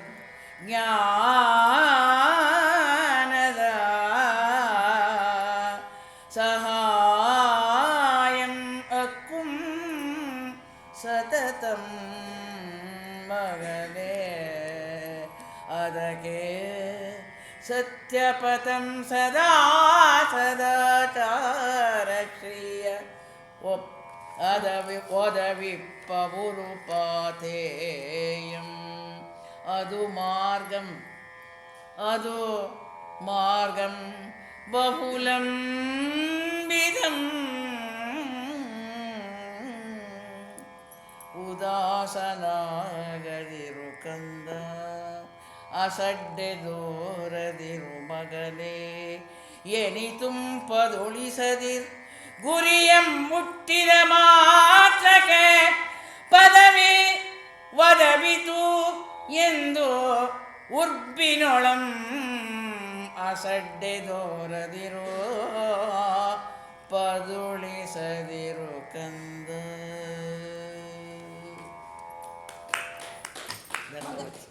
ಧರ್ಮವತಿ ಧರ್ಮದ ಮಾರ್ಗವನ್ನು ಹೇಳ್ತಾ ಇದ್ದಾಳೆ ಯಾವ ರೀತಿಯಾಗಿ ಅಂತ ಹೇಳಿ. ಇದು ಕವಿಗಳ ಕಲ್ಪನೆ. ಇದೆಲ್ಲ ನಮ್ಮ ಧರ್ಮಶಾಸ್ತ್ರಗಳೆಲ್ಲ ಹೇಳೋವಂಥ ದೇವಯಾನದ ಶ್ರೇಷ್ಠತೆಯನ್ನು ಇಲ್ಲಿ ವಿನತೆ ಮಗನಿಗೆ ಬೋಧನೆ ಮಾಡ್ತಾ ಇದ್ದಾಳೆ. ಇದು ದೇವಯಾನ. ಈಗ ಅವನು ಹೋಗ್ತಾ ಇರೋದು ದೇವಲೋಕಕ್ಕೆ ಹೋಗಬೇಕು ಅಂದರೆ ದೇವಯಾನದಲ್ಲೇ ಹೋಗಬೇಕು. ನಮ್ಮಲ್ಲಿ ಪಿತೃಯಾನ ದೇವಯಾನ ಇದೆಲ್ಲ ಇರೋದು ಗೊತ್ತಿದೆ. ಆ ದೇವಯಾನದಲ್ಲಿ ಹೋಗಬೇಕು ಅಂತ ಅಂದರೆ ಅದು ಸತ್ಯಪಥಂ, ಅದಕ್ಕಿರೋ ಅಂಥದ್ದು ಸತ್ಯವೇ ದಾರಿ. ಇದಕ್ಕೆಲ್ಲ ಶಾರ್ಟ್ಕಟ್ ಎಲ್ಲ ಇಲ್ಲ, ಏನೇನೋ ಮಾಡಿ ಲಂಚ ಕೊಟ್ಟು ವೀಸಾ ತಗೊಂಡು ಎಲ್ಲ ಹೋಗೋದಕ್ಕೆ ಬರೋದಿಲ್ಲ. ಅದಕ್ಕಿರೋ ಅಂಥದ್ದು ಸತ್ಯವಾದ ಮಾರ್ಗ, ಜೊತೆಗೆ ಸದಾಚಾರ ಶ್ರೀ, ಯಾವಾಗಲೂ ಸತ್ಯ ಅಂತಂದರೆ ಸತ್ಯ ಇರೋದನ್ನು ಇದ್ದ ಹಾಗೆ ಹೇಳೋದು, ಯಥಾರ್ಥವನ್ನು ಇರೋದು, ಮತ್ತು ಸದಾಚಾರ, ಇದೆಲ್ಲದರಿಂದ ಸತ್ಯ ಪುಷ್ಟಿ ಆಗಬೇಕು. ಬರೀ ಸತ್ಯ ಅನ್ನೋ ಒಂದು ಶಬ್ದ ಹೇಳಿದ್ರೆ ಅದರ ಕಲ್ಪನೆಯನ್ನು ನಾವು ಮಾಡ್ಕೊಳ್ಬೇಕು ಅಂದರೆ ಅದಕ್ಕೆ ಅನೇಕ ಲಕ್ಷಣಗಳಿರುತ್ತೆ. ಆ ಲಕ್ಷಣಗಳೆಲ್ಲ ಒಟ್ಟುಗೂಡಿ ಅದು ಪುಷ್ಟಿ ಆಗ್ತಾ ಹೋಗಬೇಕು. ಅದಕ್ಕೆ ಮುಖ್ಯವಾಗಿ ಸದಾಚಾರ ಒಂದಿದ್ದರೆ ಎಲ್ಲ ಥರದಲ್ಲಿಯೂ ಈ ಸತ್ಯ ಅನ್ನೋದು ಚೆನ್ನಾಗಿ ಮೈ ತುಂಬಿಕೊಳ್ಳುತ್ತೆ. ಆ ವ್ಯಕ್ತಿಯಲ್ಲಿ ಆ ಮಾರ್ಗ ಅನ್ನೋದು ನಿಶ್ಚಿತವಾಗ್ತಾ ಹೋಗುತ್ತೆ. ಅದು ಮುಖ್ಯ ನಿನಗೆ. ಆ ಸತ್ಯಪಥದಲ್ಲಿ ಸದಾಚಾರ ಶ್ರೀ ಯಾವುದಿದೆ ಅದು ಉರುಪಾಥೇಯಂ. ಪಾಥೇಯಂ ಅಂದರೆ ದಾರಿಗೆ ಬುತ್ತಿ. ನಾವು ಬುತ್ತಿ ಕಟ್ಕೊಂಡು ಹೋಗ್ತೀವಲ್ಲ ದಾರಿಯನ್ನು ಸವಿಸ್ಬೇಕಾದ್ರೆ, ಅಲ್ಲಲ್ಲಿ ಹಸುವಾಗುತ್ತೆ, ಅದನ್ನು ತಿಂದು ಶಕ್ತಿಯನ್ನು ಪಡ್ಕೊಂಡು ಮುಂದಿನ ಮಾರ್ಗವನ್ನು ಕ್ರಮಿಸಬೇಕು. ಇದಕ್ಕೆ ಯಾವುದು ಶಕ್ತಿ? ಅದು ಸತ್ಯದ ಮಾರ್ಗ, ಅದು ಗೊತ್ತಿದೆ. ಆ ಸತ್ಯದ ಮಾರ್ಗದಲ್ಲಿ ನಡಿಬೇಕು ಅಂತಂದರೆ ಅನೇಕ ಎಡರು ತೊಡರುಗಳು ಬರುತ್ತವೆ. ಅದು ಅಷ್ಟು ಸುಲಭ ಅಲ್ಲ. ಸತ್ಯ ಮಾರ್ಗ ನಾವು ಹೇಳೋದು ತುಂಬ ಸುಲಭ. ಕವಿಗಳು ಹೇಳ್ಬೋದು, ಧರ್ಮಶಾಸ್ತ್ರಗಳು ಹೇಳ್ಬೋದು, ಅಥವಾ ನಮ್ಮ ಹಿರಿಯರು ಹೇಳ್ಬೋದು. ಎಲ್ಲರೂ ಸತ್ಯನಿಷ್ಠನಾಗಿರು, ಸತ್ಯವಾದ ಮಾರ್ಗದಲ್ಲಿ ನಡೆ, ಯಾವುದೇ ಕಾರಣಕ್ಕೂ ಸತ್ಯವನ್ನು ಬಿಡಬೇಡ, ಈ ಥರ ಉಪದೇಶ ಮಾಡೋಕ್ಕೇನು ಬೇಕಾದಷ್ಟು ಮಾಡ್ಬೋದು. ಆದರೆ ಎಡರು ತೊಡರುಗಳು ಎಷ್ಟು ಬರುತ್ತವೆ ಆ ಮಾರ್ಗದಲ್ಲಿ ನಡಿಬೇಕು ಅಂದರೆ? ಕ್ಷಣ ಕ್ಷಣಕ್ಕೂ ನಮಗೆ ಬೇಕಾದಷ್ಟು ಅಡ್ಡಿಗಳು ಬರ್ತಾ ಇರುತ್ತವೆ. ಆ ಪಥದಿಂದ ವಿಚಲಿತರಾಗಿ ಸುಲಭವಾಗಿ ಬೇರೆ ಯಾವುದಾದ್ರೂ ಒಂದು ಸುಖವನ್ನು ಪಡೆಯುವಂಥ ಮಾರ್ಗದ ಕಡೆಗೆ ನಮ್ಮನ್ನು ತಳ್ಳುವಂಥ ಅನೇಕ ಸಂಗತಿಗಳು ವಿಸಂಗತಿಗಳು ನಡೀತಾ ಇರುತ್ತವೆ. ಅದಕ್ಕೆ ನಮಗೆ ಬೇಕಾಗಿರುವಂತಹ ಎನರ್ಜಿ ಪ್ಯಾಕ್ ಯಾವುದು, ಪಾಥೇಯ ದಾರಿಯ ಬುತ್ತಿ ಯಾವುದು ಅಂದರೆ ಸದಾಚಾರ ಶ್ರೀ. ಸದಾಚಾರ ಅದ ಸರಿಯಾದಂಥ ಮಾರ್ಗದಲ್ಲಿ. ಆಚಾರ ಅಂದರೆ ಅದಕ್ಕೆ ಏನು ಬೇಕಾದರೂ ನಾವು ಅಂದರೆ ನಮ್ಮ ಬದುಕಿನ ಮಾರ್ಗ ಯಾವುದಿದೆಯೋ ಅದರಲ್ಲಿ ನಿಷ್ಠರಾಗಿರುವಂಥದ್ದು, ಅದನ್ನು ಬಿಟ್ಟು ಆ ಕಡೆ ಈ ಕಡೆ ಹೋಗದೇ ಇರೋವಂಥದ್ದು. ಅಂದರೆ ದಯೆ, ದಾಕ್ಷಿಣ್ಯ, ಮತ್ತು ಹಿಂಸೆ ಮಾಡದೇ ಇರೋವಂಥದ್ದು, ಸುಳ್ಳು ಹೇಳದೇ ಇರೋವಂಥದ್ದು, ಇದೆಲ್ಲ ಕೂಡ ಸದಾಚಾರದ ಒಂದು ಪರಿಧಿಯಲ್ಲೇ ಬರುತ್ತೆ. ಅದು ಬೇಕಾಗತ್ತೆ. ಇನ್ನು ಸದಸದ್ ಜ್ಞಾನ ಸಹಾಯ ಮಾಡುತ್ತೆ ಅಂತ. ಸದಸದ್ ವಿವೇಕ, ಸರಿ ಯಾವುದು ತಪ್ಪು ಯಾವುದು, ಸತ್ ಅಸತ್ ಅನ್ನೋದು ನಾವು ಅಧ್ಯಾತ್ಮದ ನೆಲೆಯಲ್ಲಿ ಬೇರೆ ಥರ ಅದರ ವಿಶ್ಲೇಷಣೆ ಮಾಡಿದ್ರೆ, ಇಲ್ಲಿ ನಮ್ಮ ಈ ಕಾವ್ಯದ ಮಟ್ಟಿಗೆ ಏನು ಅಂದ್ಕೊಳ್ಬೋದು ಅಂದರೆ ಸರಿ ಯಾವುದು ತಪ್ಪು ಯಾವುದು, ಇದರ ಒಂದು ವಿವೇಕ ಅದಿದೆಯೋ, ಯಾವುದು ಸರಿ ಯಾವುದು ತಪ್ಪು ಅನ್ನೋದನ್ನು ಕಂಡುಹಿಡ್ಕೊಳ್ಳೋ ಅಂತಹ ಇದೆಯಲ್ಲ, ಪಾರ್ಥಕ್ಯ ರೇಖೆ ಯಾವುದಿದೆ ಅದನ್ನು ತಿಳ್ಕೊಳ್ಳೋ ಅಂಥ ಜ್ಞಾನ ಇದೆಯಲ್ಲ, ಅದು ನಮಗೆ ಸಹಾಯ ಮಾಡುತ್ತೆ. ಇದು ಒಂದಕ್ಕೊಂದಕ್ಕೆ ಜೋಡಿಸ್ಕೊಂಡಿರೋವಂಥದ್ದು. ಸದಾಚಾರದಲ್ಲಿ ಇರಬೇಕು ಅಂದರೆ ತಪ್ಪು ಯಾವುದು ಸರಿ ಯಾವುದು ಅಂತ ಗೊತ್ತಿರಬೇಕು. ಅದು ಸರಿಯಾದ ಜ್ಞಾನ ಇದ್ರೇ ನಾವು ಒಳ್ಳೆಯ ಸರಿಯಾದ ಮಾರ್ಗದಲ್ಲಿ ನಡೆಯೋದಕ್ಕೆ ಆಗೋದು. ತಪ್ಪು ಯಾವುದು ಅಂತಲೇ ಗೊತ್ತಿಲ್ಲದೆ ಹೋದರೆ ನಾವೇನು ಮಾಡೋದು, ಆ ಮಾರ್ಗದಲ್ಲೂ ಹೋಗ್ತೀವಿ, ಅದು ತಪ್ಪಾಗತ್ತೆ. ಆಮೇಲೆ ಸರಿ ಯಾವುದು ಅಂತ ಗೊತ್ತಿಲ್ಲದೆ ಹೋದರೆ ಅವ್ರನ್ನ ವಿರೋಧಿಸ್ತೀವಿ, ಆವಾಗ ಅದು ಮತ್ತೆ ತಪ್ಪಾಗುತ್ತೆ. ಹಾಗಾಗಿ ಈ ಒಂದು ಜ್ಞಾನವೂ ಬೇಕಪ್ಪ, ಇದು ನಮಗೆ ಸಹಾಯ ಮಾಡುತ್ತೆ. ಇದು ನಮ್ಮನ್ನು ಯಾವಾಗಲೂ ಕೈ ಹಿಡಿದು ನಡೆಸ್ಕೊಳ್ತಾ ಇರುತ್ತೆ. ಜೊತೆಗೆ ಈಗ ನೀನು ಹೋಗ್ತಾ ಇರುವಂತಹ ಆ ದೇವಯಾನ ಯಾವುದಿದೆ ಅದು ಬಹಳ ಲಂಬಿತವಾದದ್ದು, ಬಹಳ ಉದ್ದವಾದದ್ದು. ಇದು 1 ದಿನ 2 ದಿನದಲ್ಲಿ ನಾವು ಬದುಕಿನಲ್ಲಿ ಸಾಧನೆ ಮಾಡೋಕ್ಕೆ ಆಗದೆ ಇರೋವಂಥದ್ದು. ಈ ಅಮೃತವನ್ನು ತರೋವಂತಹ ದೇವಯಾನವೂ ಕೂಡ ತುಂಬ ಉದ್ದನೇದು, ಬೇಗ ಮುಗಿದು ಹೋಗೋದಿಲ್ಲ. ಹೀಗೆ ಹೋದೆ ಹಾಗೆ ಬಂದೆ ಅನ್ನೋ ಥರ ಆಗೋದಿಲ್ಲ. ಹಾಗಾಗಿ ಮಧ್ಯದಲ್ಲಿ ಹೋಗುವಾಗ ನಿನಗೆ ಒಂದು ಸ್ವಲ್ಪ ಬೇಜಾರಾಗ್ಬೋದು. ಆವಾಗ ಬೇಡಪ್ಪ ವಾಪಸ್ ಹೊಟ್ಟೋಗೋಣ ಅಂತ ಅನ್ನಿಸ್ಬೋದು. ಆ ಥರ ಉದಾಸನಾಗದೆ ಏಕ ಚಿತ್ತದಿಂದ ಗುರಿಯತ್ತ ಮಾತ್ರವೇ ಗಮನ ಇಟ್ಟು ನೀನು ಹೋಗ್ತಾ ಇರಬೇಕು. ಜೊತೆಗೆ ಅಸಡ್ಡೆ ತೋರಿಸ್ಬಾರ್ದು. ಇಷ್ಟೇ ತಾನೇ ಹೊಟ್ಟೆ ಹೋಗೋಣ ಅಂತ ಹೇಳ್ಬಿಟ್ಟು ಅಸಡ್ಡೆಯನ್ನು ತೋರಿಸ್ಬಾರ್ದು. ಇದೇನು ಕಷ್ಟ ಇಲ್ಲ ಅನ್ನೋ ಥರ ತೋರಿಸ್ಬಾರ್ದು. ಅದಾದಮೇಲೆ ಇನ್ನು ಗುರಿಯ ಮುಟ್ಟಿದ ಮಾತ್ರಕ್ಕೆ, ಗುರಿಯನ್ನು ಮುಟ್ಟಿಬಿಟ್ಟೆ ಅಂತ ಅಂದ್ಕೊಳ್ತಿದ್ದ ಹಾಗೇನೆ ನೀನು ಪದವಿನೇ ಸಿಕ್ತು, ನನಗೆ ಅಮೃತತ್ವವೇ ಸಿಕ್ತು, ಅಮೃತವನ್ನು ತರೋ ಅಂತಹ ಆ ಒಂದು ಹೆಮ್ಮೆಯ ಗೌರವ ಸಿಕ್ತು ಅಂತ ಹೇಳಿ ಉಬ್ಬಿನಿಂದ ನೀನು ಮೆರಿಬೇಡ. ಎಲ್ಲ ಕಾಲದಲ್ಲೂ ಒಂದು ಸಂಯಮವನ್ನು ಇಟ್ಕೊಂಡು ನೀನು ದೃಢಚಿತ್ತನಾಗಿ ಈ ಮಾರ್ಗವನ್ನು ಕ್ರಮಿಸಬೇಕು ಅಂತ ಅಮ್ಮ ವಿನತೆ ಸುಪರ್ಣನಿಗೆ ಬುದ್ಧಿವಾದವನ್ನು ಹೇಳ್ತಾ ಇದ್ದಾಳೆ. ಜೊತೆಗೆ ಇನ್ನೂ ಒಂದು ಮಾತನ್ನು ಹೇಳ್ತಾ ಇದ್ದಾರೆ ನೋಡಿ. ಸತ್ಯದ ಬಟ್ಟೆಯೊಳ್ ನೆನೆದು ಆ ಅಸುರ ಭಾವಂ ಆಣುತುಂ ನಿತ್ಯಂ ಅನಿತ್ಯಂ ಎಂಬಿವುಗಳಂ ಮರೆತು ಆಸೆಗೆ ಸಿಲ್ಕಿ ಭ್ರಾಮಕ ಪ್ರತ್ಯಯದಿಂ ಪ್ರತಿಷ್ಠೆಗಳ ಮಾಸಲು ಬಟ್ಟೆಯನುಟ್ಟು ಕೂರ್ತಪರ್ ಸತ್ಯಕ್ಕೆ ನೂತು ನಿಲ್ಲದಿರೆ ಮಗನೇ ಸತ್ಯದ ಬಟ್ಟೆಯೊಳ್ ಸತ್ಯಕ್ಕೆ ನೋಂತು ನಿಲ್ಲದಿರೆ ವ್ಯತ್ಯಯಂ ಒಪ್ಪುದು ಕರ್ಪು ಬಿಳ್ಪಿನೊಳ್ ವ್ಯತ್ಯಯಂ ಒಪ್ಪುದು. ಇದು ವಿಶೇಷವಾದ ಪದ್ಯ, ಕವಿಗಳ ಕಲ್ಪನೆಯಲ್ಲಿ ಮೂಡಿ ಬಂದಿದೆ. ಅವರು ಅದಕ್ಕೆ ಕೆಳಗಡೆ ಅರ್ಥನೂ ಕೊಟ್ಟಿದ್ದಾರೆ. ಅದನ್ನು ಇಟ್ಕೊಂಡು ನಾನು ನನಗೆ ತೋರಿದಂಥದ್ದನ್ನು ಹೇಳ್ತಾ ಇದ್ದೀನಿ. ಇದು ಇಲ್ಲಿವರೆಗೂ ಹೇಳಿದಂಥ ದೇವಯಾನದ ಹಿರಿಮೆಯನ್ನು ಹೊಗಳಿದ್ಲು ವಿನತೆ. ಅದು ಸತ್ಯಪಥ, ಅಲ್ಲಿಗೆ ಸದಾಚಾರ ಅನ್ನೋದೇ ಪಾಥೇಯ, ಸದಸದ್ವಿವೇಕ ಅನ್ನೋದೇ ಆ ಜ್ಞಾನವನ್ನು ಇಟ್ಕೊಂಡೇ ಮುಂದೆ ಹೋಗಬೇಕು. ಅದು ತುಂಬ ದೀರ್ಘವಾದದ್ದು. ಇದೆಲ್ಲವನ್ನು ಹೇಳಿದ್ಲು. ಅದನ್ನು ಪಡೆಯೋದು ಅನ್ನೋದು ಸುಲಭ ಸಾಧ್ಯ ಅಲ್ಲ ಅಂತ ಎಲ್ಲ. ಒಂದೇ ಒಂದು ಕ್ಷಣ ಕೂಡ ಅನವಧಾನ ಸಲ್ಲದು, ಎಚ್ಚರಿಕೆ ಇಲ್ಲದೆ ಇರಬಾರ್ದು, ಇದೆಲ್ಲವನ್ನು ಹೇಳಿದ್ಲು. ಹೇಳ್ತಾನೇ ಈಗ ಒಂದು ವಿಡಂಬನೆಯನ್ನು ಮಾಡ್ತಾ ಇದ್ದಾಳೆ. ಹಾಗಂದ ಮಾತ್ರಕ್ಕೆ ಆ ದೇವಲೋಕದಲ್ಲಿರುವಂತಹ ದೇವತೆಗಳೆಲ್ಲ ಅಪರಂಜಿಗಳೇನಲ್ಲ, ಅವರಲ್ಲಿ ಬೇಕಾದಷ್ಟು ವೀಕ್ನೆಸ್ ಅಂತೀವಲ್ಲ, ಅದೇ ದೌರ್ಬಲ್ಯಗಳಿದೆ. ಅವರಲ್ಲೂ ಅಸೂಯೆ ಇದೆ, ಬೇಡ ಅನ್ನುವಂತಹ ಗುಣಗಳು ಬೇಕಾದಷ್ಟಿವೆ. ಅವರಲ್ಲಿ ಪ್ರತಿಷ್ಠೆ, ಕೊಬ್ಬು ಅಂತೀವಲ್ಲ, ಅದು ಜಾಸ್ತಿ ಇದೆ. ಕೊಬ್ಬು ಯಾತಕ್ಕೆ? ಅವ್ರ ಹತ್ರ ಪವರ್ ಇರೋದ್ರಿಂದ. ಅಮೃತ ಅನ್ನೋ ಪವರ್ ಇದೆಯಲ್ಲ ಅವ್ರ ಹತ್ರ, ಅದಿಟ್ಕೊಂಡು ಅವರು ಕೊಬ್ಬು ಅಂತ. ಈಗ ನಮ್ಮ ಪಾಕಿಸ್ತಾನ ಮಾಡ್ತಿದೆಯಲ್ಲ, ಅಣ್ವಸ್ತ್ರಗಳನ್ನು ಇಟ್ಕೊಂಡು ಅದು ಪ್ರಯೋಗ ಮಾಡುತ್ತೋ ಬಿಡುತ್ತೋ, ಅದಿದೆ ಅನ್ನೋದೇ ಅದಕ್ಕೊಂದು ಕೊಬ್ಬು. ಏನೂ ಇಲ್ಲ, ಬೀದಿಗೆ ಬಂದಿದೆ ಇವಾಗ, ಭಿಕ್ಷೆ ಬೇಡೋ ಸ್ಥಿತಿಗೆ. ಆದರೂ ಕೂಡ ಅದಕ್ಕೆ ಬೇರೆ ರಾಷ್ಟ್ರಗಳು ಯಾಕೆ ಹೆದರ್ಕೋತಾರೆ ಅಂದರೆ ಅದರ ಹತ್ರ ಅಣ್ವಸ್ತ್ರ ಇದೆ ಅಂತ. ಹಾಗೆ ನಮ್ಮ ದೇವಲೋಕದಲ್ಲೂ ಅಮೃತ ಇದೆ ಅನ್ನೋದೇ ಒಂದು ಕಾರಣದಿಂದ ಅವರಿಗೆ ಇನ್ನಿಲ್ಲದ ಒಂದು ಪ್ರತಿಷ್ಠೆ ಬಂದು ಕೂತಿದೆ ಅಂತ ಹೇಳ್ತಾ ಇರೋದು. ನೋಡಿ, ಈ ಸತ್ಯದ ಹಾದಿಯಲ್ಲಿ ಹೋಗಿಯೇ ಆ ದೇವಯಾನವನ್ನು ಮುಗಿಸಿ ದೇವಲೋಕವನ್ನು ಹೋಗಬೇಕಾಗಿದ್ರೂ ಕೂಡ ಅಲ್ಲಿರೋ ಅಂಥ ದೇವತೆಗಳೆಲ್ಲ ಏನು ಅಂದರೆ ಅವರು ನಿತ್ಯ ಅನಿತ್ಯಗಳನ್ನೇ ಮರೆತು ಬಿಟ್ಟು ಅವರು ಒಂದು ರೀತಿಯಾದಂತಹ ಆಸೆಗೆ ಸಿಲುಕಿದ್ದಾರೆ ಅಂತ. ನಿತ್ಯ ಅನಿತ್ಯ ಅಂತಂದರೆ, ನಿತ್ಯ ಅನ್ನೋದು ಆ ಪರಮಾತ್ಮ ಒಬ್ಬನೇ ನಿತ್ಯ ಅಂತ, ಅನಿತ್ಯ ಅನ್ನೋದು ನಮ್ಮ ಬದುಕು. ದೇವತೆಗಳ ಬದುಕು ಏನು ನಿತ್ಯ ಅಲ್ಲ. ಅಮೃತವನ್ನು ಕುಡಿದು ಮಾತ್ರಕ್ಕೆ ಅವರೇನು ಕಲ್ಪಾಂತಕ್ಕೂ ಬದುಕೋರೇನಲ್ಲ. ಒಂದು ಮಹಾಪ್ರಳಯ ಆದಾಗ ದೇವತೆಗಳು ಎಲ್ಲ ಹೋಗೋರೇನೆ, ಅದು ಗೊತ್ತೇ ಇರೋದೆ. ಹೀಗೆ ಅವರು ಅವೆರಡನ್ನೂ ಗೊತ್ತಿಲ್ಲದೇನೆ ಒಂದು ಭ್ರಾಮಕವಾದ ಪ್ರತಿಷ್ಠೆಯನ್ನು ಇಟ್ಕೊಂಡು ಇದನ್ನು ಮಾಡ್ತಾ ಇದ್ದಾರೆ. ಅದನ್ನು ಅವ್ರು ಹೇಳೋದು ಭ್ರಾಮಕ ಪ್ರತ್ಯಯಂ ಪ್ರತಿಷ್ಠೆಗಳ ಮಾಸಲು ಬಟ್ಟೆಯನ್ನುಟ್ಟು ಕೂರ್ತಪರ್ ಅಂತ ಹೇಳ್ತಾರೆ. ಮಾಸಲು ಬಟ್ಟೆ ಅಂದರೆ ಪ್ರತಿಷ್ಠೆ ಅನ್ನೋದು ಮಾಸಲಾಗೋಗಿದೆಯಂತೆ, ಆದರೂ ಅವರದು ತುಂಬ ಬ್ರೈಟ್ ಆಗಿದೆ ಅಂತ ಅದನ್ನೇ ಉಟ್ಕೊಂಡು ಕೂತಿದ್ದಾರೆ ಅಂತ. ಕಾಲ ಕಾಲಕ್ಕೂ ನಮ್ಮ ಹತ್ರ ಅಮೃತ ಇದೆ, ನಾವು ಹಾಗೆ ಹೀಗೆ, ನಾವು ಕಣ್ಣೇ ಮಿಟಿಕ್ಸಲ್ಲ, ನಮ್ಗೆ ಯಾವಾಗಲೂ ನಾವು ತ್ರಿದಶರು, 30 ವರ್ಷ ದಾಟಿ ನಮಗೆ ಮುಪ್ಪೇ ಬರೋದಿಲ್ಲ, ನಾವು ಯಾವಾಗಲೂ ಯೌವನ ಇರೋವಂಥವ್ರು, ನಮ್ಮ ಭೋಗಕ್ಕೆ ಇವೆಲ್ಲ ಇರೋದು.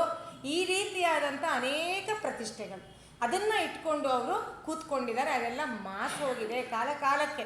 ಕಾಲ ಸರಿತಾ ಸರಿತಾ ಅವರ ಒಂದು ಅಂತ್ಯವೂ ಕೂಡ ಹತ್ತಿರ ಬರ್ತಾ ಇರುತ್ತೆ. ಮನುಷ್ಯನಿಗೆ 100 ವರ್ಷಕ್ಕೆ ಬರ್ಬೋದು, ಅವರಿಗೆ ಇನ್ನೊಂದು ಜಾಸ್ತಿ ವರ್ಷ ಅಂದರೆ ಒಂದು ಪ್ರಳಯ ಎಷ್ಟಾಗುತ್ತೋ ಒಂದು ಯುಗಾಂತದಲ್ಲಿ ಅಂತ ಅಂದ್ಕೊಳ್ಳೋಣ, ಅಷ್ಟಕ್ಕಾಗ್ಬೋದು. ಒಟ್ಟಿನಲ್ಲಿ ಅವರೂ ಕೂಡ ಅದಕ್ಕೆ ಹತ್ತಿರಕ್ಕೆ ಹೋಗ್ತಿರೋರೆ ಆ ಮಾಸಲು ಬಟ್ಟೆಯನ್ನು ಬಿಟ್ಕೊಂಡು ಕೂತಿದ್ದಾರೆ. ಹೀಗೆ ಇರುವಾಗ ಸತ್ಯಕ್ಕೆ ನೋಂತು ನಿಲ್ಲದಿರೆ ನಿಜವಾದಂಥ ಸತ್ಯ ಯಾವುದು, ಎಲ್ಲ ಕಾಲಕ್ಕೂ ನಿಲ್ಲೋ ಅಂಥದ್ದು ಯಾವುದು ಅನ್ನೋದನ್ನು ಸರಿಯಾಗಿ ತಿಳ್ಕೊಳ್ಳದೇ ಇದ್ರೆ ನಮಗೆ ಕಪ್ಪು ಕಪ್ಪಾಗಿ ಕಾಣಲ್ಲ, ಬಿಳುಪು ಬಿಳುಪಾಗಿ ಕಾಣಲ್ಲ, ಕಪ್ಪು ಬೆಳುಪು ಅಂತ ಅನ್ನಿಸ್ಬೋದು, ಬಿಳಿ ಕಪ್ಪು ಅಂತ ಅನ್ನಿಸ್ಬೋದು. ಹಾಗಾಗಿ ನೀನು ಆ ಪ್ರತಿಷ್ಠೆಗೆ ಮಾತ್ರ ಅದರ ಸುದ್ದಿಗೆ ಹೋಗಬೇಡ. ಅಲ್ಲಿಗೆ ಹೋದ್ರೂ ನೀನು ಎಲ್ಲ ಕಾಲಕ್ಕೂ ಸತ್ಯಕ್ಕೆ ನೋಂತು ನಿಲ್ಲು. ನೀನು ಏನಕ್ಕೆ ಹೋಗಿದೆಯೋ, ಪರೋಪಕಾರ ಮಾಡೋ ದೃಷ್ಟಿಯಿಂದ ಹೋಗಿದೆಯೋ ಅದಕ್ಕೆ ನೀನು ನಿಲ್ಲು ಅಂತ ಹೇಳಿ ಅಮ್ಮ ಹೇಳ್ತಾ ಇದ್ದಾಳೆ. ಅದಾದ ಮೇಲೆ ನೋಡಿ ಮತ್ತೊಂದು ಮಾತು, ಇದು ಕೂಡ ದೇವತೆಗಳ ಗುಣಲಕ್ಷಣಗಳನ್ನು ವಿಡಂಬನೆ ಮಾಡ್ತಿರೋದು. ಅವರಿಂದೆ ಶಾಶ್ವತ ಸುಖವನು ಎವೆ ಇಕ್ಕದೆ ನೋಡಿಕೊಳ್ಳುವನಸೆಯ ಋತದ ನೆಲಕ್ಕೆ ಅವುಚಲ ಧೈರ್ಯಂ ಅತೃಪ್ತಿಯ ಜವನಿಕೆಯಿನ್ ಅಡರ್ದ ಮೃತ್ಯು ಭೂಯಿತಿಯುಂ ಎಸೆಗುಂ ಅವರಿಂಗೆ ಋತದ ನೆಲಕ್ಕೆ ಅವುಚಲ ಧೈರ್ಯಂ ಅತೃಪ್ತಿ ಜವನಿಕೆಯಿಂ ಅಡರ್ದ ಮೃತ್ಯು ಭೀತಿಯುಂ ಅವರಿಂಗೆ ಎಸೆಗುಂ ಕಂದ ಅದು ಬಹುಲಂಬಿತ ಮಾರ್ಗಂ. ಮಗಳಿಗೆ ಮತ್ತೊಂದು ಮಾತು ಹೇಳ್ತಾ ಇದ್ದಾಳೆ. ಇದು ನಾನಾಗಲೇ ಹೇಳಿದಾಗೆ ಒಂದು ವಿಡಂಬನಾ ಕಂದ ಪದ್ಯ ಅಂತ ಹೇಳ್ಬೋದು. ಇದನ್ನು ವಿನತೆ ಹೇಳ್ತಿರೋ ಮಾತು. ಅವರಿಂಗೆ ಶಾಶ್ವತ ಸುಖವ ನೆವೆಯಿಕ್ಕದೆ ನೋಡಿಕೊಳ್ಳುವ ನಸೆ. ನಸೆ ಅಂದರೆ ಚಟ, ನಶೆ ಅಂತೀವಲ್ಲ ಆ ಥರ, ನಸೆ ತೆವಲು ಅಂತಲೂ ಹೇಳ್ಬೋದು. ಯಾದಂತೆ ಅವರಿಗೆ ಎವೆಯಿಕ್ಕದೆ ನೋಡಿಕೊಳ್ಳೋದು ಏನು? ಶಾಶ್ವತ ಸುಖ ತಮಗೆ ಇದೆಯಲ್ಲ. ಆ ಸುಖ ಅಂದರೆ ನಾನು ಆಗಲೇ ಹೇಳಿದ್ನಲ್ಲ, ಯೌವನ ಎಲ್ಲ ಕಾಲಕ್ಕೂ ಇರೋವಂಥದ್ದು, ಯಾವಾಗ ಏನು ಕೇಳಿದ್ರೂ ಕೊಡೋವಂಥ ಕಲ್ಪವೃಕ್ಷ ಇರೋವಂಥದ್ದು, ಕಾಮಧೇನು ಇರೋದು, ಮತ್ತು ಯಾವಾಗಲೂ ಅವರಿಗೆ ಭೋಗಕ್ಕೆ ಅನುಗುಣವಾದಂತಹ ದೇಹ. ಆ ಭೋಗ ಮುಗಿದು ಭೋಗ ಇರ್ಬೋದು, ಭೋಗಿಸುವಂಥ ಶಕ್ತಿ ಎಲ್ಲ ಕಾಲಕ್ಕೂ ಇರಬೇಕಲ್ಲ, ಅವರಿಗೆ ಅದಿದೆ. ಇದೆಲ್ಲದರಿಂದ ಅವ್ರಿಗೇನಪ್ಪ ಅಂದರೆ ಅದನ್ನು ಎಲ್ಲ ಕಾಲಕ್ಕೂ ಶಾಶ್ವತವಾಗಿ ಇಟ್ಕೊಳ್ಬೇಕು ಅಂತ ಅದನ್ನು ಕಣ್ಣು ಮಿಟಕಿಸ್ದೆ ನೋಡ್ಕೊಳ್ಳೋ ಅಂತ ತೆವಲಂತೆ ಅವ್ರಿಗೆ, ನಶೆ, ಚಟ. ಕಣ್ಣು ಮಿಟಕಿಸ್ದೆ ಅನ್ನೋದರಲ್ಲಿ ಇರೋದು ಅವ್ರನ್ನ ದೇವತೆಗಳನ್ನ ಅನಿಮಿಷರು ಅಂತ ಕರೀತಾರೆ. ನಿಮಿಷ ಅನಿಮಿಷರು ಅಂತಂದರೆ ರೆಪ್ಪೆಯನ್ನು ಮಿಟಕಿಸ್ತಾ ಇರೋರನ್ನ ಅನಿಮಿಷರು ಅಂತ ಕರೆಯೋದು. ದೇವತೆಗಳಿಗೆ ರೆಪ್ಪೆ ಮಿಟಕಿಸ್ತಾ ಇರೋದು ಇದೆಯಲ್ಲ, ಅವ್ರಿಗೆ ಹೇಳ್ತಾರಲ್ವ, ಅವ್ರ ರೆಪ್ಪೆ ಮಿಟಕ್ಸಲ್ಲ ಅಂತ. ಅದನ್ನು ಇಟ್ಕೊಂಡು ಕವಿಗಳಿಲ್ಲಿ ಯವಯಿಕ್ಕದೆ ನೋಡಿಕೊಳ್ಳುವ ನಶೆ ಅಂತ ಅದನ್ನು ಬಳಸಿದ್ದಾರೆ. ಅದು ವಿಡಂಬನೆ. ಅವರು ಕಣ್ಣು ಮಿಟಕ್ಸಲ್ಲ. ಯಾತಕ್ಕೆ ಕಣ್ಣು ಮಿಟಕ್ಸಲ್ಲ ಅಂದರೆ, ನಾವು ಒಂದು ನಿಮಿಷ ಕಣ್ಣು ಮುಚ್ಚಿದ್ರೆ ಈ ಸುಖವನ್ನೆಲ್ಲ ಯಾರು ಸೂರೆ ಕೊಂಡು ಹೋಗ್ಬಿಡ್ತಾರೇನೋ ಅಂತ ಭಯ, ಅಮೃತವನ್ನೇ ಯಾರು ಕದ್ದು ಬಿಡ್ತಾರೇನೋ ಅಂತ ಭಯ, ಇಲ್ಲ ಈ ಕಲ್ಪವೃಕ್ಷ ಪಾರಿಜಾತ ಕಾಮಧೇನುಗಳನ್ನ ಎತ್ಕೊಂಡು ಹೊರಟಾಗ್ತಾರೇನೋ ಅಂತ ಭಯ, ಅಥವಾ ಇವರಿಗೆ ಯಾರಾದ್ರೂ ಮುಪ್ಪನ್ನು ತಂದು ಬಿಡ್ತಾರೇನೋ ಅಂತ ಭಯ. ಹೀಗೆ ಎಲ್ಲ ಕಾಲಕ್ಕೂ ಶಾಶ್ವತವಾದ ಸುಖವನ್ನು ಎಳೆಯಿಕ್ಕದೆ ಅವರು ನೋಡ್ಕೊಳ್ತಾ ಇರೋ ನಸೆ. ಅವ್ರಿಗೆ ಯಾಕೆ ಭಯ? ಈ ದೇವಯಾನದಲ್ಲಿ ಹೋಗಿ ದೇವ ಮಾರ್ಗವನ್ನು ಹೊಂದಿದವರಿಗೆ ಪುನರಾವೃತ್ತಿ ಇಲ್ಲ ಅಂತ ಹೇಳ್ತಾರೆ. ಈ ಪಿತೃಯಾನದಲ್ಲಿ ಹೋದಂತಹ ಜೀವಿಗಳಿಗೆ ಅವರು ಸ್ವರ್ಗಾದಿಗಳನ್ನು ಪ್ರಾಪ್ತವನ್ನು ಮಾಡ್ಕೊಳ್ತಾರೆ. ಬೇಕಾದಷ್ಟು ಕರ್ಮಕಾಂಡದಲ್ಲಿ ಬೇಕಾದಷ್ಟು ಯಾಗಗಳನ್ನು ಮಾಡಿ ಎಲ್ಲ ಮಾಡಿ. ಆದರೆ ಆ ಪುಣ್ಯದ ಸಂಚಯ ಮಾಡ್ಕೊಂಡಿರೋಂತಹ ರಾಶಿ ಯಾವ ಬ್ಯಾಲೆನ್ಸ್ ಇದೆ ಅದು ನಿಲ್ಲಾದ್ಮೇಲೆ ಅವ್ರು ಮತ್ತೆ ಈ ಕರ್ಮಭೂಮಿಗೆ ಬಂದು ಮತ್ತೆ ಕರ್ಮಗಳನ್ನು ಮಾಡಿ ಅವರು ಇಲ್ಲ ದೇವಯಾನಕ್ಕೆ ಹೋಗ್ಬೋದು, ಇಲ್ಲ ಮತ್ತೆ ಪಿತೃಯಾನಕ್ಕೆ ಹೋಗ್ಬೋದು. ಎರಡೂ ಇಲ್ಲ ಅಂದರೆ ಕ್ರಿಮಿಕೀಟಾದಿಗಳಾಗಿಯೂ ಹುಟ್ಟಬೋದು. ಈ ಮೂರೂ ರೀತಿಯಾದಂಥ ಬಾಳನ್ನು ಬಾಳೋದಕ್ಕೆ ಅವಕಾಶ ಇದೆ ಕರ್ಮಭೂಮಿಗೆ ಬಂದವರಿಗೆ. ಇವರಿಗೆ ಅದು ಹೆದರಿಕೆ, ಕರ್ಮಭೂಮಿಗೆ ಬರೋದಕ್ಕೆ ಹೆದರಿಕೆ. ಅದನ್ನೇ ಹೇಳಿದ್ರು, ಋತದ ನೆಲಕ್ಕೆ ಔಚಲ್ ಅಧೈರ್ಯಂ. ಈ ಕರ್ಮಭೂಮಿಗೆ ಋತ ಅಂತಂದರೆ ನೋಡಿ, ಇದು ಏನಂತಂದರೆ ಋತ ಸತ್ಯ ಎರಡು ಉಂಟು. ಋತ ಅಂದರೆ ಈ ಕಾಸ್ಮಿಕ್ ಆರ್ಡರ್ ಯಾವುದಿದೆ ಅದನ್ನು ಋತ ಅಂತ ಬೇಕಾದ್ರೆ ಕರಿಬೋದು. ಹಾಗೆ ನಾವು ಮಾಡಬೇಕು ಅಂದರೆ ಈ ಭೂಮಿಗೆ ಬರಬೇಕು, ಇಲ್ಲಿ ಬಂದೆಯೇ ನಮ್ಮ ಕರ್ಮಗಳನ್ನೆಲ್ಲ ಸವಿಸ್ಬೇಕು. ಅದಕ್ಕೆ ಅವ್ರಿಗೆ ಬರೋದಕ್ಕೆ ಹೆದರಿಕೆ. ಮತ್ತು ಅವ್ರಿಗೆ ಯಾವುದೋ ಒಂದು ರೀತಿಯಾದಂಥ ಅತೃಪ್ತಿ ಅನ್ನೋವಂತಹ ಜವನಿಕೆ ಆ ಪರದೆಯ ಹಿಂದೆ ಇದ್ದಾರೆ. ತೃಪ್ತರಾಗಿದ್ದವ್ರಿಗೆ ಆತಂಕ ಎಲ್ಲಿರುತ್ತೆ? ಭಯ ಎಲ್ಲಿರುತ್ತೆ? ಖಂಡಿತ ಭಯ ಇರಲ್ಲ, ಆತಂಕ ಇರಲ್ಲ. ಇವ್ರಿಗೆ ಭಯ ಇದೆ ಅಂದ್ರೇ ಯಾವುದೋ ಒಂದು ಆತಂಕ ಇದೆ. ತಮ್ಮ ಹತ್ರ ಇರೋದನ್ನ ಯಾರೋ ಕಸ್ಕೊಂಡು ಹೊಟ್ಟೋಗ್ತಾರೆ ಅನ್ನೋವಂಥ ಆತಂಕ ಇದೆ. ಹಾಗೆ ಒಂದು ಜವನಿಕೆ, ಒಂದು ತೆರೆಯ ಮರೆಯ ಹಿಂದಗಡೆ ಅವರು ಬದುಕ್ತಾ ಇದ್ದಾರೆ. ಒಂದು ಮೃತ್ಯು ಭೀತಿ ಅವರನ್ನೂ ಕಾಡ್ತಿದೆ. ನೋಡಿ ಏನು ವಿಚಿತ್ರ, ಅಮೃತವೇ ಅವ್ರ ಹತ್ರ ಇದೆ, ಆದರೂ ಅವರಿಗೆ ಮೃತ್ಯು ಭೀತಿ ಕಾಡ್ತಾ ಇದೆ ಅಂತ ಹೇಳ್ತಾರೆ. ಹೀಗೆಲ್ಲ ಇದೆಯಪ್ಪ. ಹೀಗೆ ಇರುವಾಗ ಅವರ ಹತ್ರ ಇರೋವಂತಹ ಆ ಸೊದೆ ಅವರಿಗೆ ಪ್ರತಿಷ್ಠೆಯ ಸಂಕೇತವಾಗಿದೆ ಅಂತ ಹೇಳ್ತಾ ಇದ್ದಾನೆ ನೋಡಿ. ಸೊದೆಯೂ ಅವನಿಂಗೆ ಪ್ರತಿಷ್ಠೆಯ ನೊದವಿಪ ಪುಸಿವಾಲೋ ಅದೇ ಭ್ರಮಾವಳಿಯು, ಅದೇ ಭ್ರಮಾವಳಿಯು ಅಹಿಗಳಿಗೆ ಇದಿರಪ್ಪುದು.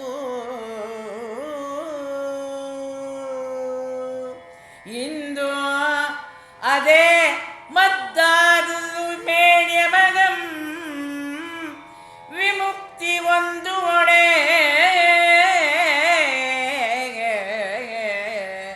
ಅದೇ ಮದ್ದಾದುದು ಯಮಗಂ ಮುಕ್ತಿ ಒಡೆ ಕಂದ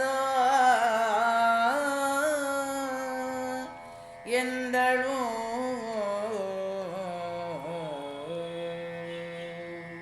ಮುಂದುವರಿತಾ ಭೈರವಿ ರಾಗ ಮುಂದುವರಿತಾ ಸುಪರ್ಣನಿಗೆ ವಿನತೆ ಹೇಳ್ತಾ ಇದ್ದಾಳೆ. ಸೊದೆ ಅವರಿಂಗೆ ಪ್ರತಿಷ್ಠೆಯ ನೊದವಿಪ ಪುಸಿವಾಲು. ಅದನ್ನೇ ನಾನು ಹೇಳಿದ್ದು, ಅವ್ರಿಗೆ ಪ್ರತಿಷ್ಠೆಯನ್ನು ತಂದುಕೊಟ್ಟಿರೋವಂತಹ ಹುಸಿ ಹಾಲು ಅಮೃತ ಅಂತ ಹೇಳಿ. ಈ ಶಬ್ದ ನನಗೆ ಬಹಳ ಇಷ್ಟ ಆಯಿತು, ಪುಸಿವಾಲು ಅಂತ ಹೇಳ್ಬಿಟ್ಟು. ಯಾಕೆ ಅಂದರೆ ನೋಡಿ, ಅಮೃತ ಇಟ್ಕೊಂಡು ಏನು ಮಾಡೋಕ್ಕಾಗಲ್ಲ, ಕಾಯ್ಸೋಕ್ಕಾಗಲ್ಲ, ಹೆಪ್ಪಾಕೋಕ್ಕಾಗಲ್ಲ, ಮೊಸರು ಮಾಡೋಕ್ಕಾಗಲ್ಲ, ತುಪ್ಪ ತೆಗಿಯೋಕ್ಕಾಗಲ್ಲ, ಕೇಸರಿ ಬಾತ್ ಮಾಡ್ಕೊಳಕ್ಕಾಗಲ್ಲ, ಏನು ಮಾಡ್ಕೊಳಕ್ಕಾಗಲ್ಲ. ಅದೆಲ್ಲ ಮಾಡಿದ್ರೇನೆ ಮಜಾ ಬರೋದು, ಅದನ್ನೆಲ್ಲ ಅನುಭವಿಸಿದ್ರೇ ಬರೋದಲ್ವಾ. ಅದಿಲ್ಲದೇನೆ ಅದನ್ನ ಇಟ್ಕೊಂಡು ಬರೀ ಆ ಅಮೃತ ಅದು ಹೇಗಿತ್ತೋ ಕುಡಿದವ್ರಿಗೆ ಗೊತ್ತು. ಅಲ್ಲಿ ಅದನ್ನು ಒಂದೊಂದು ಚಮಚ ಕುಡಿದ್ಬಿಟ್ಟು ನಾವೆಲ್ಲ ಕಾಲಕ್ಕೂ ಬದುಕಿರ್ತೀವಿ ಅಂದರೆ ಏನು ಪ್ರಯೋಜನ? ಹುಸಿ ವಾಲದು ಒದವಿಪ ಬರೀ ಪ್ರತಿಷ್ಠೆ. ಏನಂದರೆ ದೇವತೆಗಳ ಅವ್ರ ಅಮೃತ ಕುಡಿದವರು, ಅವ್ರ ಹತ್ರ ಅಮೃತ ಇದೆ ಅಂತ. ಈಗ ನಮ್ಮ ಅಲ್ಲಿ ಎಷ್ಟೋ ಜನ ಮನೆ ತುಂಬ ಬೀರು ತುಂಬ ಪುಸ್ತಕ ಇಟ್ಕೊಂಡಿರ್ತಾರೆ, ಒಂದು ಪುಸ್ತಕನೂ ಓದಿರಲ್ಲ, ಒಂದು ಪುಸ್ತಕ ತಿರ್ಗಿ ಹಾಕಿರಲ್ಲ. ಇಲ್ಲ, ಮೋಸ್ಟ್ ಆಫ್ ದ ಥಿಂಗ್ಸ್ ಯಾವುದೋ ದೊಡ್ಡ ಪೋಸ್ಟಲ್ಲಿರೋರನ್ನ ಕರೆದಿರ್ತಾರೆ, ಅವರೆಲ್ಲ ಹೋಗಿ ಅಲ್ಲಿ ಅಧ್ಯಕ್ಷ ಪದವಿ ವಹಿಸಿರೋದೋ ಇಲ್ಲ ಬಿಡುಗಡೆ ಮಾಡ್ತೀನಿ ಅಂತ ಹೋಗಿರೋದೋ ಏನೋ ಮಾಡಿ ಅವ್ರಿಗೆ ಪಾಪ ಕವಿಗಳು ಪುಸ್ತಕ ಕೊಡ್ತಿರ್ತಾರೆ, ಅವ್ರು ತಂದು ಅಲ್ಲಿ ಮನೆಯಲ್ಲಿ ಇಟ್ಟಿರ್ತಾರೆ, ಅದನ್ನ ಇಟ್ಟಿರ್ತಾರೆ ಅಷ್ಟೇ. ಅದನ್ನೇನು ನೋಡಿರಲ್ಲ, ಏನೂ ಮಾಡಿರೋದಿಲ್ಲ. ಅದವ್ರಿಗೆ ಏನಪ್ಪ ಅಂದರೆ ಯಾರು ಅವ್ರನ್ನ ಕರೆಯೋಕ್ಕೆ ಬಂದಾಗ ಅದು ಪ್ರತಿಷ್ಠೆಯ ಪುಸಿವಾಲ್. ಅದನ್ನು ತೋರಿಸೋದು, ಓಹೋ ಈ ಮನುಷ್ಯ ಇಷ್ಟೊಂದು ಪುಸ್ತಕ ಇಟ್ಕೊಂಡಿದ್ದಾನೆ, ಮಹಾ ದೊಡ್ಡ ವಿದ್ವಾಂಸ ಇರ್ಬೋದು ಅಂತ ಇನ್ನೂ ಒಂದು ಕಡೆಗೆ ಅವ್ರನ್ನ ಇನ್ವೈಟ್ ಮಾಡೋದು. ಈ ಥರ ಆಗತ್ಯ ಹೊರತು ಬೇರೆ ಏನೂ ಅದರಿಂದ ಪ್ರಯೋಜನ ಇಲ್ಲ. ಈ ಅಮೃತದಿಂದನೂ ಹಾಗೆ. ಏನು ಪ್ರಯೋಜನ? ಭೂಮಿಯಲ್ಲಿ ಯಾರಿಗೂ ಕೊಡಲ್ಲ, ಬೇಕಾದವ್ರಿಗೆ ಯಾರಿಗೂ ಕೊಡೋದಿಲ್ಲ. ತಾವು ಮಾತ್ರ ಕುಡ್ಕೊಂಡು ತಾವು ಮಾತ್ರ ಸಂತೋಷವಾಗಿರ್ತೀವಿ, ತಾವು ಮಾತ್ರ ಶಾಶ್ವತವಾಗಿ ಸುಖವನ್ನು ಅನುಭವಿಸ್ತಿರ್ತೀವಿ ಅಂತಂದರೆ ಏನು ಪ್ರಯೋಜನ? ಪ್ರತಿಷ್ಠೆಯನ್ನು ಕೊಡುವಂಥ ಪುಸಿವಾಲು ಈ ಒಂದು ದೃಷ್ಟಿಯಿಂದ. ಎರಡನೇದು, ಈ ಹುಸಿ ಹಾಲು ಅನ್ನೋದರಲ್ಲಿ ಇನ್ನೂ ಒಂದಿದೆ. ನಾನು ಆಗಲೇ ಹೇಳಿದ್ನಲ್ಲ, ಅಮೃತ ಇದನ್ನು ಕುಡಿದ್ಬಿಟ್ಟು ಮಾತ್ರಕ್ಕೆ ಅವರಿಗೇನು ಅಮೃತತ್ವ ಬರೋದಿಲ್ಲ. ಈ ಅಮೃತತ್ವ ಯಾವಾಗ ಬರಬೇಕು? ಈಶಾವಾಸ್ಯ ಉಪನಿಷತ್ತು ಹೇಳುತ್ತೆ ಅಲ್ವಾ, ಮೃತ್ಯು ಬರುತ್ತಲ್ಲ, ಮೃತ್ಯುವಿನಿಂದ ಏನನ್ನೋ ದಾಟಿ ಅಮೃತತ್ವವನ್ನು ಪಡಿಬೇಕು ಅಂತ ಹೇಳಿ ಬರುತ್ತೆ. ಅದು ನನಗೆ ಸರಿಯಾಗಿ ಆ ವಾಕ್ಯ ನೆನಪು ಬರ್ತಾ ಇಲ್ಲ. ಅಮೃತಮಶ್ನುತೆ, ಅವಿದ್ಯೆಯ ಮೃತ್ಯುಂ ತೀರ್ಪ ವಿದ್ಯೆಯ ಅಮೃತಮಶ್ನುತೆ ಅಂತ ಈಶಾವಾಸ್ಯ ಉಪನಿಷತ್ತು ಹೇಳುತ್ತೆ. ಹಾಗೆ ನೋಡಿ, ಅವಿದ್ಯೆಯಿಂದ ಮೃತ್ಯುವನ್ನು ದಾಟಬೇಕಂತೆ, ವಿದ್ಯೆಯಿಂದ ಅಮೃತತ್ವವನ್ನು ನಾವು ಪಡ್ಕೋಬೇಕು ಅಂತ ಈಶಾವಾಸ್ಯ ಹೇಳೋದು.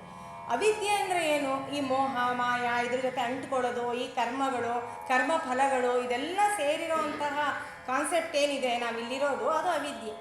ಇದನ್ನು ಮಾಡ್ತಾನೆ ನಾವು ಮೃತ್ಯುವನ್ನು ದಾಟಬೇಕಾಗಿರುತ್ತೆ. ಅದನ್ನು ಪಕ್ಕಕ್ಕಿಟ್ಟು ಮೂಟೆ ಕಟ್ಟಿಟ್ಬಿಟ್ಟು ಅದನ್ನೆಲ್ಲ ಮಾಡೋದಕ್ಕಾಗೋದಿಲ್ಲ. ಆಮೇಲೆ ಆ ವಿದ್ಯೆ ಅಂದರೆ ಆತ್ಮಜ್ಞಾನದ ಇದನ್ನು ಪಡ್ಕೊಂಡ ಮೇಲೆ ಅಮೃತಮಶ್ನುತೆ. ಇವರು ಅದೇನು ಮಾಡಲ್ಲ, ಸಮುದ್ರನ ಕಡಿದ್ವು, ಅದು ಇವರೆಲ್ಲ ಕಡಿದ್ರು ಪಾಪ, ಅರ್ಧ ಇವ್ರುಗಳೇ ದಾನವರೇ ಕಡಿದಿದ್ದು. ಮತ್ತು ಮೊದಲು ಬಂದಂಥ ವಿಷವನ್ನು ಪರಮಶಿವ ಅವನು ಗಂಟಲಲ್ಲಿ ಇಟ್ಕೊಂಡ, ಮತ್ತು ನಾರಾಯಣ ಎಲ್ಲ ಥರದಲ್ಲಿ ಸಹಾಯ ಮಾಡ್ದ. ಇವರೆಲ್ಲರೂ ಇವಾಗ ನಾವು ಕುಡಿದ್ಬಿಟ್ಟು ನಾವು ಅಮೃತತ್ವವನ್ನು ಪಡಿತೀವಿ ಅಂದರೆ ಅದು ಪುಸಿವಾಲ್ ಅಲ್ಲದೆ ಇನ್ನೇನು ಅವ್ರ ಪಾಲಿಗೆ. ಅದನ್ನು ಭಾಳ ಸುಂದರವಾದಂಥ ಪದವನ್ನು ನೀಲಕಂಠ ಅವರು ಬಳಸಿದ್ದಾರೆ. ಈ ಒಂದು ಭ್ರಮೆ ಈ ಹಾವುಗಳಿಗೂ ಬಂದಿದೆ. ಹಾವುಗಳು ಅವ್ರ ಅಮ್ಮಂಗೆ ಮೊದಲು ಬಂದಿರೋದು, ಅವಕ್ಕೂ ಬಂದಿದೆ ಇವಾಗ. ಹಾಗಾಗಿ ನಮಗೆ ಒಳ್ಳೆಯದೇ ಆಯಿತು. ಕೆಲವು ಭ್ರಮೆಗಳಲ್ಲಿ ಕೆಲವರಿದ್ದರೆ ಕೆಲವರಿಗೆ ಒಳ್ಳೇದಾಗ್ತಾ ಇರುತ್ತೆ. ಆ ಥರ ಇವರು ಭ್ರಮೆಗಳಲ್ಲಿ ಇರೋದ್ರಿಂದ ನಮಗೆ ಒಳ್ಳೇದಾಯ್ತಪ್ಪ, ಇದು ವಿಮುಕ್ತಿಗೆ ಇದೊಂದು ಮಾರ್ಗ ಆಯಿತು, ನೀನು ಹೋಗಿ ತಗೊಂಡು ಬಾ ಅಂತ ಹೇಳಿ ಅವರಮ್ಮ ಅವನಿಗೆ ಎಲ್ಲ ಥರದಲ್ಲಿ ಹೇಳಿದಾಗ ಇದನ್ನಾಲಿಸಿ ಗರುಡನು ಆಕೆಗೆ, ಅಬ್ಬೆ ಅಂತಪ್ಪಡೆ ಏನು ಈ ಅಮೃತದ ಪೆರ್ಮೆ ಏನು, ಇದರ ಮೂಲಂ ಆವುದರೊಳ್ಮೇಣಿದು ಪ್ರತಿಷ್ಠಿತಂ ಎಂದು, ಮತ್ತೆ ಅದಂ ಕುಡಿದಡೆ ದಿಟಂ ಅಕ್ಕುಮೆ ಅಮೃತತ್ವಂ ಎಂದು ಕೇಳ್ದೊಡೆ. ನಸುನಕ್ಕುವಿನತೆ ಮಗನೇ, ಕುಡಿದರ್ಗೆ ತಾನೇ ತಿಳಿದ ಪುದು ಅಮೃತತ್ವಂ ಒದಮಿದುದೆಂದು, ಮತ್ತಂ ಮೃತಿ ಒಂದು ವನ್ನೆಗಂ ಕಾಯ್ದು ಅದಂ ಪರೀಕ್ಷಿಸಿ ನೋಡ್ಪುದಲ್ಲಮೇ ಎಂದು ವ್ಯಂಗಿಸಿ, ಸುತ ಸುಪರ್ಣಂಗೆ ಪಯೋನಿಧಿ ಮಥನ ಕಥಾನಕಮನು ಮೇಣದರಿಂ ಪುಟ್ಟಿದ್ದ ಆ ಕಾಲಕೂಟ ಸುಧಾ ಪರಂಪರೆಯನ ಅಭಿವರ್ಣಿಸಿ, ಮಗನೇ ಅಮೃತ ಪ್ರತಿಷ್ಠೆ ಎಂಬುದು ಅದರಾಸೆಗೆ ತಿಲ್ಕಿರ್ಪ ರೂದಿಸಿಕೊಂಡಿರ್ಪ ಪ್ರತಿಷ್ಠೆ ಮಾತ್ರಮೇ ವಿನ ಅದಂ ಪ್ರತಿಷ್ಠಿಸಲಪ್ಪುದು ಕೇವಲಂ ತಾನಮೃತತ್ವಮಂ ಪೊಂದಿದಂಗೆ. ಇನ್ನು ಆ ಅಮೃತತ್ವಂ ಅದಾರ್ಗಂ ಸಂದಿದ್ದುದು ಎಂದು ಮೇಣ್ ಆರ್ವಳಂ ಈ ಅಮೃತಂ ಪ್ರತಿಷ್ಠಿತಂ ಎಂದು ನಿನ್ನ ಅನುಭವಂಗಳಿಂ ಸ್ವಾಂತರ್ಬೋಧೆಯಿಂ ಅರಿದ ಪೊದು ಕಂದ ಎಂದು ನುಡಿದುದಕ್ಕೆ ವೈನತೇಯಂ. ದೊಡ್ಡ ವಚನ, ಚಂಪೂ ಕಾವ್ಯವನ್ನು ಬರೆದಿದ್ದಾರೆ. ವಚನಗಳು ಬರಬೇಕಲ್ಲಿ. ಇಲ್ಲಿ ಚಂಪೂ ಕಾವ್ಯದಲ್ಲಿ ಸಾಧಾರಣವಾಗಿ ವಚನ ಮತ್ತು ಪದ್ಯಗಳ ಪ್ರಪೋರ್ಷನ್ ಇಷ್ಟಿರಬೇಕು ಅಂತೆಲ್ಲ ಕೂಡ ಲಕ್ಷಣಗಳುಂಟು. ವಚನ ಯಾವಾಗ ತರ್ತಾರೆ ಅಂತಂದರೆ ಒಂದು ಲಿಂಕ್ ಕೊಡುವಾಗ, ದೊಡ್ಡದು ಯಾವುದೋ ಒಂದು ಕಥೆಯ ಮಧ್ಯದಲ್ಲಿ ಇನ್ನೊಂದು ಕಥೆ ಸೇರಿಸುವಾಗ ಅಥವಾ ದೊಡ್ಡ ಯಾವುದೋ ಒಂದು ವಿವರಣೆಯನ್ನು ಕೊಡುವಾಗ ಪದ್ಯಗಳ ಬದಲಿಗೆ ಇದನ್ನು ತರೋದು ಆಗುತ್ತೆ. ಈಗ ಇಲ್ಲಿ ಕೂಡ ಅವರು ಅದನ್ನೇ ಮಾಡಿದ್ದಾರೆ. ಗರುಡನಿಗೆ ಈ ಅಮೃತ ಹುಟ್ಟಿದ ಕತೆ ಗೊತ್ತಿಲ್ಲ. ಹಾಗಾಗಿ ಅವನು ಕೇಳ್ತಾ ಇದ್ದಾನೆ, ಅಮ್ಮ ಏನಿದು ಅಮೃತದ ಇಷ್ಟೊಂದೆಲ್ಲ ಹೇಳ್ತಾ ಇದೆಯಲ್ಲ ನೀನು ಅಮೃತದ ಬಗ್ಗೆ, ಇದರ ಹಿರಿಮೆ ಏನು, ಪೆರ್ಮೆ ಏನು ಅಂತ ಕೇಳಿದಾಗ ಅದರ ಮೂಲ ಯಾವುದು, ಎಲ್ಲಿಂದ ಬಂತು, ಇಷ್ಟೊಂದು ಪ್ರತಿಷ್ಠೆಗೆ ಕಾರಣವಾಗಿ ಅವರೆಲ್ಲ ಹೀಗೆ ಕೊಬ್ಬಿ ಮೆರಿತಾ ಇದ್ದಾರಲ್ಲ, ಎಲ್ಲರೂ ಅದನ್ನು ಬೇಕು ಬೇಕು ಅಂತ ಬಯಸ್ತಾರಲ್ಲ, ಏನಿದು ಇದರ ಹಿನ್ನೆಲೆ ಅಂತ ಕೇಳಿದಾಗ ಅವಳು ಮತ್ತು ಇನ್ನೂ ಒಂದು ಕೇಳ್ತಾನೆ, ಏನು ಎಲ್ಲರೂ ಹೇಳೋ ಥರ ಅದು ಕುಡಿದ್ಬಿಟ್ರೆ ಅಮೃತತ್ವ ನಿಜವಾಗ್ಲೂ ಸಿಕ್ಬಿಡತ್ತಾ ಅಂತ ಎಲ್ಲವನ್ನು ಕೇಳಿದಾಗ ಅವಳು ನಗುತ್ತಾಳೆ. ಅಮ್ಮ ವಿನತೆ ನಕ್ಕು ಬಿಟ್ಟು ಹೇಳ್ತಾಳೆ, ಮಗನೇ ಕುಡಿದ್ರೆ ತಾನಪ್ಪ ಗೊತ್ತಾಗಿರೋದು, ನಾನು ಇದುವರೆಗೂ ಕುಡ್ದಿಲ್ಲ, ನನಗೆ ಸಿಕ್ಕಿಲ್ಲ, ಆದರೆ ನನಗೂ ಗೊತ್ತಿಲ್ಲ ಅದ್ರ ಬಗ್ಗೆ. ಇನ್ನು ಜೊತೆಗೆ ಅದನ್ನು ಕುಡಿದ್ಬಿಟ್ಟು ಸಾಯೋವರೆಗೂ ಕಾದಿರ್ಬೇಕಲ್ಲ, ಕಾದಿದ್ರೆ ತಾನೇ ಗೊತ್ತಾಗೋದು. ನಾವು ಸತ್ತೇ ಹೋದರೆ ಅದು ಅಮೃತ ಅಂತ ನಾವು ಹೇಗೆ ಅನ್ನಿಸ್ಕೊಳ್ಳೋದು ಅದರಿಂದ, ನಮಗೆ ಗೊತ್ತಿಲ್ಲ. ಇದು ಅದನ್ನೇ ಹೇಳೋದು ನೋಡಿ, ಮೃತಿ ಒಂದು ವನ್ನೆಗಂ ಕಾಯ್ದದಂ ಪರೀಕ್ಷಿಸಿ ನೋಡ್ಬೋದಲ್ಲವೇ, ಕುಡಿದ ಮೇಲೆ ಅದು ನಾವು ಸಾಯೋವರೆಗೂ ನಾವು ಸಾಯ್ತೀವಾ ಇಲ್ವಾ ಅಂತ ಕಾಯ್ಕೊಂಡಿರ್ಬೇಕು. ಎಲ್ಲಿ ಸಾಯ್ದೆ ಹೋದರೆ ಅದು ಅಮೃತ. ಹಚ್ಚತಿ ನಕ್ಕಿದ್ದೀನಿ ನಾನು ಇವತ್ತು ನಗು ಬರ್ತಾ ಚೆನ್ನಾಗಿ ಬಂದಿದ್ದಾರೆ, ಒಂದು ಚಪ್ಪಾಳೆ ಹೊಡೀರಿ ಅವರು. ಕಾಯ್ಕೊಂಡು ಕೂತಿರ್ಬೇಕು, ಹೌದಲ್ವಾ? ಗೊತ್ತಿಲ್ಲ ನಮಗೆ. ಇಷ್ಟ ಮೇಲೆ ದೇವತೆಗಳು ಅವರ ಆಯಸ್ಸು ತನ್ನಿಂದಲೇ ಜಾಸ್ತಿ, ಅವ್ರು ಇದ್ದೇ ಇರ್ತಾರೆ. ನಾವು ಅವ್ರಿಗೆ ಮೊದಲೇ ಸತ್ತೋಗ್ತೀವಿ, ಯಾರಿಗೆ ಗೊತ್ತು ಅವ್ರು ಆಮೇಲೆ ಸಾಯ್ತಾರೋ ಬಿಡ್ತಾರೋ, ನಮ್ಗೆ ಅದಕ್ಕೆ ಗೊತ್ತಿಲ್ಲ. ಇದನ್ನು ಗೊತ್ತಿಲ್ಲಪ್ಪ ಅಂತ ಹೇಳಿ ವ್ಯಂಗಿಸಿ ಅವಳು ವ್ಯಂಗ್ಯವನ್ನೇ ಮಾಡ್ತಿರೋದು. ಆಮೇಲೆ ಹೇಳ್ತಾಳೆ ಮಗನಿಗೆ ಎಲ್ಲ ಆ ಪಯೋನಿಧಿ ಮಥನ ಕಥಾನಕಮಂ, ಸಮುದ್ರ ಮಥನದ ಕಥೆಯನ್ನು, ಅದರಿಂದ ಹುಟ್ಟಿದ ಕಾಲಕೂಟ ಸುಧಾ ಪರಂಪರೆಯನ್ನು, ಮೊದಲು ಕಾಲಕೂಟ, ಕೊನೆಯಲ್ಲಿ ಅಮೃತ ಹುಟ್ಟದು. ಆ ಪರಂಪರೆ ಯಾವುದಾದ್ಮೇಲೆ ಯಾವುದೆಲ್ಲ ಹುಟ್ಟೋದು ಎಲ್ಲ ಹುಟ್ಟುತ್ತಲ್ವ. ಉಚ್ಚೈಶ್ರವಸ್ಸು, ಐರಾವತ, ಮತ್ತು ಲಕ್ಷ್ಮಿ ಅಲ್ಲೇ ಹುಟ್ಟಿದ್ದು, ಚಂದ್ರ ಅಲ್ಲೇ ಹುಟ್ಟಿದ್ದು, ಪಾರಿಜಾತ ಅಲ್ಲೇ ಹುಟ್ಟಿದ್ದು, ಕಾಮಧೇನು ಅಲ್ಲೇ ಹುಟ್ಟಿದ್ದು, ಹೀಗೆ ಇದೆಲ್ಲವನ್ನು ಧನ್ವಂತರಿ ಅದನ್ನು ಇಟ್ಕೊಂಡು ಅವನು ಬಂದಿದ್ದು. ಹೀಗೆ ಎಲ್ಲ ಪರಂಪರೆಯನ್ನೇ ವರ್ಣನೆ ಮಾಡ್ತಾಳೆ ಯಾವ್ಯಾವುದಾದ್ಮೇಲೆ ಯಾವ್ಯಾವ್ದು ಹುಟ್ಟಿತು ಅಂತ ಹೇಳಿ. ಅದಾದಮೇಲೆ ಅವಳು ಹೇಳ್ತಾ ಇದ್ದಾಳೆ, ಮಗನೇ ಈ ಅಮೃತ ಪ್ರತಿಷ್ಠೆ ಅನ್ನೋದು ಅದರ ಆಸೆಗೆ ಸಿಕ್ಕಿದವರು ರೂಢಿಸ್ಕೊಂಡಿರೋ ಅಂಥ ಪ್ರತಿಷ್ಠೆನೇ ಹೊರತು ತನ್ನಿಂದ ತಾನೇ ಆ ವಸ್ತುವಿಗೆ ಆ ರೀತಿಯಾದಂಥ ಪ್ರತಿಷ್ಠೆ ಏನೂ ಇಲ್ಲ.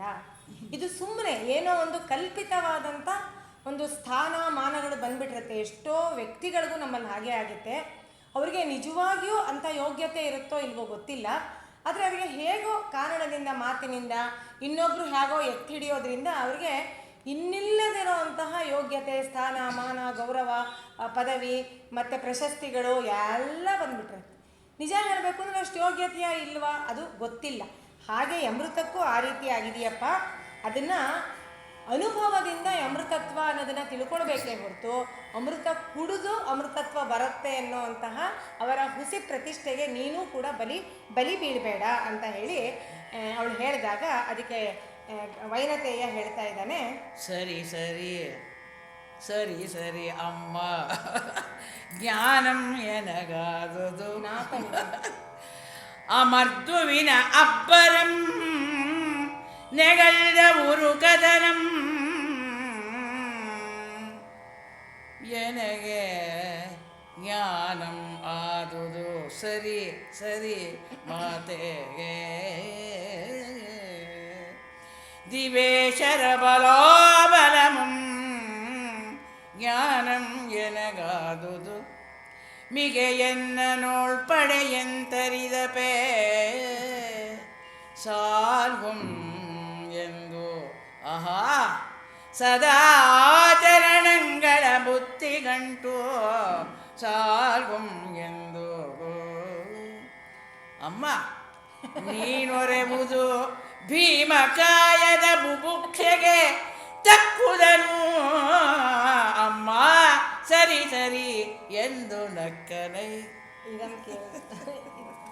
ಸರಿ ಸರಿ ಮಾತೆ. ಅವನಿಗೆ ಈಗಾಗಲೇ ಉತ್ಸಾಹ ಮೇಲೆ ಮೀರ್ತಿದೆ, ಇಷ್ಟೆಲ್ಲ ಹೇಳ್ತಾ ಇದ್ದಾಳೆ ಅಮ್ಮ, ಹೋಗಿ ನೋಡೇ ಬಿಡಬೇಕು ಆ ದೇವಲೋಕ ಹೇಗಿರುತ್ತೆ, ಈ ಅಮೃತ ಕರಂಡ ಯಾವುದದು, ಇಷ್ಟೊಂದೆಲ್ಲ ವ್ಯಂಗ್ಯವನ್ನೂ ಮಾಡಿದಾಳೆ, ಅದರ ಹಿರಿಮೆಯನ್ನೂ ಹೇಳಿದಾಳೆ. ಅದನ್ನು ನೋಡೇ ಬಿಡಬೇಕು, ತಂದೆ ಬಿಡಬೇಕು ಅಂತ ಅವನಿಗೆ ಉತ್ಸಾಹ ಮೇರೆ ಮೀರ್ತಿದೆ. ಸರಿ ಸರಿ ಮಾತೆ ಜ್ಞಾತ ಮಾದುದು ಎನಗೆ ಗೊತ್ತಾಯ್ತಮ್ಮ ನನಗೆ. ಏನು ಅಮೃತದ ಅಬ್ಬರ, ಅದು ಬಂದಾಗ ಮಾಡಿದಂಥ ಅಬ್ಬರ ಏನು, ಅದಾದಮೇಲೆ ಅದನ್ನು ಇಟ್ಕೊಂಡಿರೋರು ಮಾಡ್ತಿರೋವಂಥ ಅಬ್ಬರ ಏನು, ಇದೆಲ್ಲ ಗೊತ್ತಾಯಿತು. ಈ ದೇವತೆಗಳ ಬಲ ಏನು ಅನ್ನೋದೆಲ್ಲ ಕೂಡ ನನಗೆ ಗೊತ್ತಾಯಿತು. ಸರಿ, ನೀನು ಹೇಳಿದ ಹಾಗೆ ನನಗೆ ಈ ದೇವಯಾನದಲ್ಲಿ ಕ್ರಮಿಸಕ್ಕೆ ಹೋಗೋದಿಕ್ಕೆ ಈ ಸದಾಚಾರಗಳ ಬುತ್ತಿಗಂಟೆ ಸಾಕು. ಅದು ಸರಿ, ನೀನು ಹೇಳೋದು ಅದೇನು ಅದು ಬರೀ ವಿಚಾರದ್ದು. ಸದಾಚಾರಗಳನ್ನು ನಾನು ತಿನ್ನೋಕ್ಕಾಗಲ್ಲ, ಅದನ್ನೇನಿದ್ರು ನಾನು ನಡೆದು ತೋರಿಸ್ಬೋದು, ಆಚರಣೆಯನ್ನು ಮಾಡಿ ತೋರಿಸ್ಬೋದು. ಆದರೆ ಈ ನನ್ನ ದೇಹ ನೋಡು ಎಷ್ಟು ದೊಡ್ಡದಾಗಿದೆ, ಭೀಮಕಾಯ.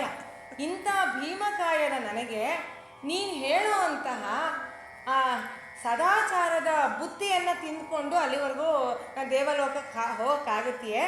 ನನಗೆ ಹಸಿವಾಗುತ್ತಲ್ಲ, ಆ ಹಸಿವಿಗೆ ತಕ್ಕುದಾದಂಥ ಆಹಾರ ಯಾವುದು ಹೇಳಿ. ಇದು ಬುದ್ಧಿಗಾಯಿತು, ನೀನು ಹೇಳಿದ್ದು ಬುದ್ಧಿಗಾಯಿತು. ನಾನು ನಡತೆಯನ್ನು ಹೇಗೆ ತಿದ್ದುಕೊಳ್ಬೇಕು ಅನ್ನೋದಕ್ಕಾಯಿತು. ಹೊಟ್ಟೆ ಪಾಡು ಹೇಳಮ್ಮ ನೀನು, ಅಲ್ಲಿವರೆಗೂ ಹೋಗಬೇಕು ನಾನಿವಾಗ, ಹೊಟ್ಟೆಗೇನು ತಿನ್ನೋದು ಹೇಳು ಅಂದಾಗ ಅವಳು ಸರಿ ಸರಿ ಪೋತ ಜ್ಞಾನಂ ಎನಗಾದುದು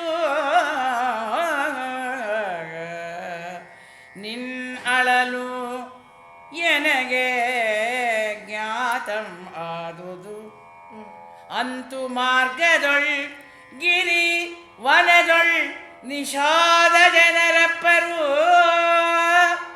ಅವರ್ಗೆ ಜನರ್ಕಳಂ ತುಂಡುಂ ಕಿರುತೆ ವದಾದಿಹೀನ ಕೃತಿಯೊಳ್ ಬೆರೆದಿಪ್ಪುದೇ ಬಾಳ್ ಅವರ್ಕಳ ಅಬ್ಬರವಂ ಉಡುಗಿರ್ಪ ಓಲವರ ನುಂಡು ಸುಧಾರಣಕ್ಕೆ ಸಾರಯಿ.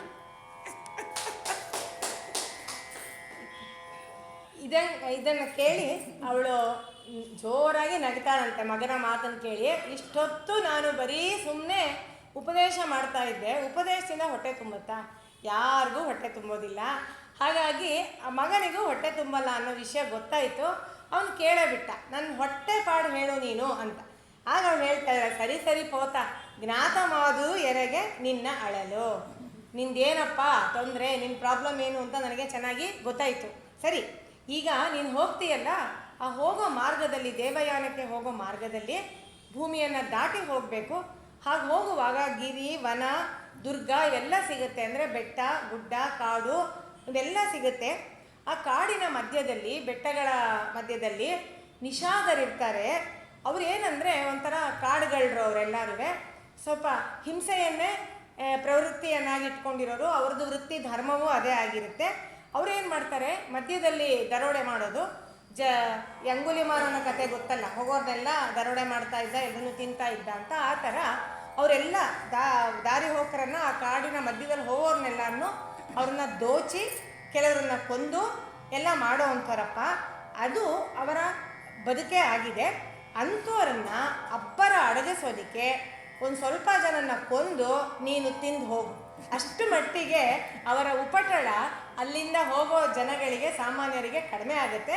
ನೀನು ಹೋಗುವಾಗ ಹಸುವಾದರೆ ಅಲ್ಲಿ ಒಂದಷ್ಟು ಜನ ತಿನ್ನು, ಅವರ ಅಬ್ಬರವನ್ನು ಅಡಗಿಸ್ದಾಗತ್ತೆ. ನಮ್ಮ ದಾಸ್ಯ ವಿಮೋಚನೆ ಮಾತ್ರ ಅಲ್ಲ, ಜನಗಳಿಗೆ ಉಂಟಾಗುವಂತಹ ಕಷ್ಟಗಳಿಂದಲೂ ಒಂದಿಷ್ಟು ವಿಮೋಚನೆ ಸಿಗಲಿ ನಿನ್ನ ಈ ದೇವಯಾನದ ಪ್ರಯಾಣ, ದೇವಯಾನದ ನಿನ್ನ ಈ ಪ್ರಯತ್ನ ಅಂತ ಹೇಳಿ ಅವಳು ಹೇಳಿದಾಗ, ಹೇಳಿಬಿಟ್ಟು ಇದುವೇ ವಿಧಿ ನಿನ್ನ ಹೊಟ್ಟೆಗೆ ಅಂತ ಹೇಳಿದಾಳೆ. ಈಗ ನೋಡಿ, ಎಂದು ನುಡಿದು ನಿನ್ ಮುದರಂಭರಣ ವಿಧಿಗಿದುವೆ ವಿಧಿ ಎಂದು ಮಾನಕ್ಕು ವಿನತೆ ಆದೊಳಂ ಇಲ್ಲಿ ನಿಷೇಧಂ ಹೊಂದಿದ್ದುದೆಂದು ಗಹನ ಗಾಂಭೀರ್ಯದ ಮೊಗದೆಂ ಸುತ ಕೇಳು ಇಂತೆ ತಗುತ್ತೇ ಶಾಂತ ಗುಣಿಗಳ್ ವಿದ್ಯಾರತರ್ ಸಜ್ಜನರ್ ಶ್ರುತಿವೇತ್ತರ್ ಪರಮ ಋಷಿ ಯೋಗಿ ಮುನಿಗಳ್ ವಿಜ್ಞಾನಿಗಳ್ ಮೇಹು ಮೇಣ್ ಬಹುಶ್ರುತರ್ ಎಂಬ ಆ ಕವಿಗಳ್ ಕಲಾವಿದರ್ ಇದಿರ್ಗೊಂಡಿದ್ದೊಡೆ ಅಂತಕ್ಕಳೊಳ್ ಹಿತಮಂ ಸಾಧಿಸು ಕಂದ ಹಿಂಸೆಯಂ ಚೆರಿಸದಿರುಕಾಣ ಮಹಾತ್ಮಕಳೊಳ್ ಹಿಂಸೆಯಂ ಚೆರಿಸದಿರು ಹಿತಮಂ ಸಾಧಿಸು. ಇದನ್ನು ಹೇಳಿ ಅಂದರೆ ಯಾರನ್ನು ನೀನು ಭಕ್ಷಿಸಬಹುದು, ನಿನ್ನ ಹೊಟ್ಟೆಯ ಹಸಿವಿಗೆ ಯಾರನ್ನು ಆಹಾರವನ್ನಾಗಿ ಮಾಡ್ಕೊಳ್ಬೋದು ಅನ್ನೋದನ್ನು ಅವಳು ಹೇಳ್ತಾ ಇದ್ದಾಳೆ. ನಿನ್ನ ಉದರಂ ಭರಣ ವಿಧಿಗೆ ಇದುವೇ ವಿಧಿ. ನಿನ್ನ ಹೊಟ್ಟೆಯ ಹಸಿವನ್ನು ನೀಗಿಸ್ಕೊಡೋದಕ್ಕೆ ನಾನು ಹೇಳಿದ್ನಲ್ಲಪ್ಪ ಇದೇ ವಿಧಿ ಅಂತ ಹೇಳ್ತಾ ಇದ್ದಾಳೆ.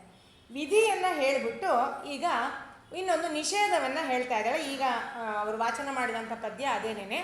ಸಾಧಾರಣವಾಗಿ ವಿಧಿ ನಿಷೇಧಗಳೆರಡನ್ನೂ ಒಟ್ಟಿಗೆ ಹೇಳಬೇಕು ಅಂತ ಧರ್ಮಶಾಸ್ತ್ರದ ಒಂದು ಮಾರ್ಗ ಅದು. ವಿಧಿಯನ್ನು ಹೀಗೆ ಮಾಡಬೇಕು ಅಂತ ಹೇಳಿದ್ರೆ ನಿಷೇಧವನ್ನು ಹೇಳಬೇಕು ಅಂತ ಹೇಳ್ತಾರೆ. ಯಾತಕ್ಕೆ ಅಂದರೆ ತುಂಬ ಚೆನ್ನಾಗಿ ಸ್ಪಷ್ಟತೆ ಸಿಗತ್ತೆ ಅಂತ ಹೇಳಿ. ಈಗ ಇಲ್ಲಿ ವಿಧಿ ಹೇಳಿದ್ಲು, ಈ ನಿಷಾದರನ್ನು ತಿನ್ನು ಅಂತ ಹೇಳಿದ್ಲು.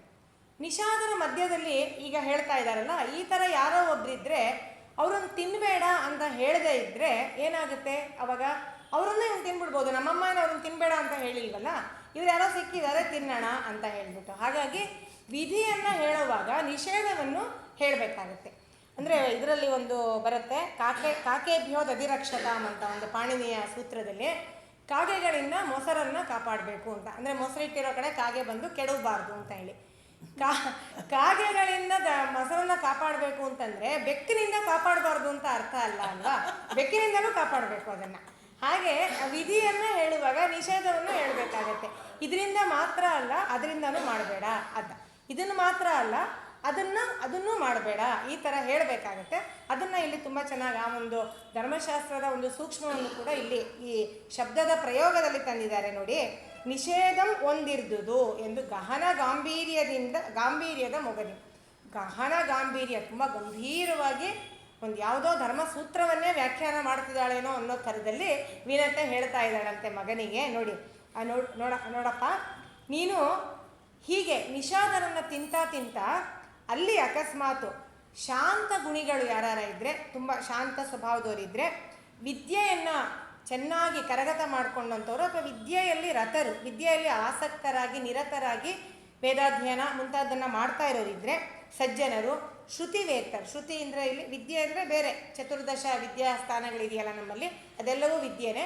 ಶ್ರುತಿ ಅಂದರೆ ಪರ್ಟಿಕ್ಯುಲರ್ ಆಗಿ ವೇದ, ಅದನ್ನು ಚೆನ್ನಾಗಿ ಬಲ್ಲಂಥವರು, ಪರಮ ಋಷಿಗಳು, ಯೋಗಿಗಳು, ವಿಜ್ಞಾನಿಗಳು, ಮುನಿಗಳು, ಮತ್ತು ಬಹುಶ್ರುತರಾಗಿರುವಂತಹ ಎರಡೈಟ್ ಸ್ಕಾಲರ್ಸ್ ಅಂತೀವಲ್ಲ ಆ ಥರ ಕವಿಗಳು, ಕಲಾವಿದರು, ಇಂಥವರು ಇದ್ದರೆ ಅವ್ರ ತಂಟೆಗೆ ಹೋಗಬೇಡ.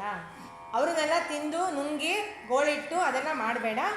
ಅವರಿಗೆ ನೀನು ಹಿತಮಂ ಸಾಧಿಸು. ಇಂಥವರ ಹಿತಕ್ಕಾಗಿಯೇ ಈ ಥರ ಹಿಂಸೆ ಮಾಡೋರನ್ನ ಕೊಲ್ಲಬೇಕಾಗಿರೋದು. ಹಾಗಾಗಿ ಅವರನ್ನು ಮಾತ್ರ ಕೊಲ್ಲು, ಇಂಥವ್ರನ್ನ ಅಂದರೆ ಇವರೆಲ್ಲ ಒಂದು ರೀತಿಯಾಗಿ ಸಮಾಜಕ್ಕೆ ಬೇಕಾದಂತಹ ಅಕಾಡೆಮಿಕ್ ಫ್ಯಾಕಲ್ಟೀಸ್ ಅಂತ ಹೇಳ್ಬೋದು. ಇವರೆಲ್ಲ ಬೇಕು. ಒಂದು ಸುಸಂಸ್ಕೃತವಾದ ಸಭ್ಯವಾದ ಸಮಾಜ ಚೆನ್ನಾಗಿ ಇರಬೇಕು ಅಂದರೆ ಇವರೆಲ್ಲ ಬೇಕಾಗುತ್ತೆ. ಎಲ್ಲ ಸಜ್ಜನರು ಬೇಕು, ಶಾಂತಚಿತ್ತರು ಬೇಕಾಗುತ್ತೆ, ಕಲಾವಿದರು ಬೇಕಾಗುತ್ತೆ, ಎಲ್ಲರೂ ಬೇಕಾಗುತ್ತೆ. ಈ ವಿದ್ಯಾವಂತರಿಗೆ ಮುಖ್ಯವಾಗಿ ವೇದವನ್ನು ಚೆನ್ನಾಗಿ ಓದಿ ಶ್ರುತಿವೇತ್ತರಿಗೆ ಧರ್ಮಶಾಸ್ತ್ರಗಳು ಕೂಡ ಶಿಕ್ಷೆಯ ಪ್ರಮಾಣವನ್ನು, ಶಿಕ್ಷೆಯ ತೀವ್ರತೆಯನ್ನು ಕಡಿಮೆ ಮಾಡಿದೆ. ಯಾಕೆ ಅಂತ ಹೇಳಿದರೆ ಪಕ್ಷಪಾತ ಅಂತಲ್ಲ, ಅವರು ಬ್ರಾಹ್ಮಣರು ಅಂತನೋ ವಿಪ್ರರು ಅಂತನೋ ದ್ವಿಜರು ಅಂತನೋ ಪಕ್ಷಪಾತ ಮಾಡಿದ್ದಲ್ಲ. ಹಿಂದಿನ ವಿದ್ಯೆಯನ್ನು ಕಲ್ತ್ಕೊಳ್ತಿದ್ದ ಕ್ರಮನೇ ಆಗಿತ್ತು. ಭಾಳ ಕಷ್ಟ ಸಾಧ್ಯದಿಂದ ಅದೆಲ್ಲವನ್ನು ಅವರು ತಮ್ಮ ಮಸ್ತಿಷ್ಕದಲ್ಲಿಯೇ ಇಟ್ಕೊಂಡಿರ್ತಿದ್ರು. ಅವಾಗೆಲ್ಲ ಪ್ರಿಂಟಿಂಗ್ ಫೆಸಿಲಿಟೀಸ್ ಇರ್ತಾ ಇರಲಿಲ್ಲ. ಈಗ ಥರ ಒಂದು ನೆಟ್ಟಲ್ಲಿ ಸರ್ಚ್ ಮಾಡಿಬಿಟ್ರೆ ನಮ್ಮ ಮುಂದೆ ಏನೇನು ಬೇಕಾದರೂ ಬಂದು ಬೀಳುತ್ತೆ. ಆವಾಗ ಹಾಗೆಲ್ಲ ಇರಲಿಲ್ಲ. ಹಾಗೆಲ್ಲ ಇಲ್ಲದೇ ಇದ್ದಾಗ ಒಬ್ಬ ಹಾಗೆ ಶ್ರುತಿಯನ್ನು ಚೆನ್ನಾಗಿ ಸಾಂಗವೇದವನ್ನು ಅಧ್ಯಯನ ಮಾಡಿದಂಥವನ ಒಬ್ಬನನ್ನು ಕೊಂದರೆ ಇಡೀ ಒಂದು ಪರಂಪರೆಯ ಸ್ವತ್ತೇ ನಾಶ ಆಗುತ್ತೆ ಎನ್ನುವಂಥ ಭಯದಿಂದ, ಆ ಒಂದು ಎಚ್ಚರಿಕೆಯಿಂದ ಶಿಕ್ಷೆ ಕೊಡದೇ ಇರ್ತಾ ಇರಲಿಲ್ಲ. ಅವ್ರನ್ನ ಕೊಲ್ಲೋದು, ಕೈ ಕತ್ತರಿಸೋದು, ಕಾಲು ಅಂಥ ಶಿಕ್ಷೆಯನ್ನು ಕೊಡ್ತಾ ಇರಲಿಲ್ಲ.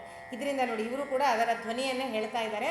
ಅಂತಹ ಒಂದು ಅಕಾಡೆಮಿಕ್ ಆಗಿ ಇರೋವಂತಹ ವಿದ್ವಾಂಸರನ್ನು, ಕಲಾವಿದರನ್ನು, ಕವಿಗಳನ್ನು ಅವರ ತಂಟೆಗೆ ಹೋಗಬೇಡ. ಯಾರು ದುಷ್ಟರೋ ಹಿಂಸೆ ಮಾಡ್ತಾರೋ ಅವರನ್ನು ಮಾತ್ರ ನೀನು ತಿಂದು ನಿನ್ನ ಹಸಿವನ್ನು ನೀಗಿಸ್ಕೋ ಅಂತ ಹೇಳ್ತಾ ಇದ್ದಾರೆ. ಜೊತೆಗೆ ಹಿಂಸೆಯಂ ಚರಿಸದಿರ್ಕಾಣ ಮಹಾತ್ಮರ್ಕಳೊಳ್ ಅಂತ ಹೇಳ್ತಾರೆ. ಹಿಂಸೆಯನ್ನು ಈ ಮಹಾತ್ಮರಲ್ಲಿ ಮಾಡಬೇಡ ಅಂತ. ಮಹಾತ್ಮರು ಅಂತ ಗರುಡಂಗೆ ಹೇಗೆ ಗೊತ್ತಾಗುತ್ತೆ ಅದನ್ನು ಹೇಳ್ತಾ ಇದ್ದಾರೆ ನೋಡಿ. ಗತಿ ಗಂಭೀರತೆಯಿಂದೆ ನಿಲ್ವಿನೆಣೆಯಿಂ ಕಣ್ಣೋಟದ ತೈಕ್ಷ್ಣ್ಯದಿಂ ಧೃತಿಯಿಂ ಕೇಳ್ವ ಅವಧಾನದಿಂ ನುಡಿಯಳಂ ಸಾರಲ್ಯದಿಂ ಶುದ್ಧಿಯಿಂ ಹಿತದಿಂ ಗೈವರು ಕರ್ಮ ಕೌಶಲದಿಂ ಆ ನೋಂತಿರ್ಪ ಮೈಗಾಂತಿಯಿಂ ಕೃತಿಯೊಳ್ ಸಲ್ವ ವಿಶೇಷದಿಂದ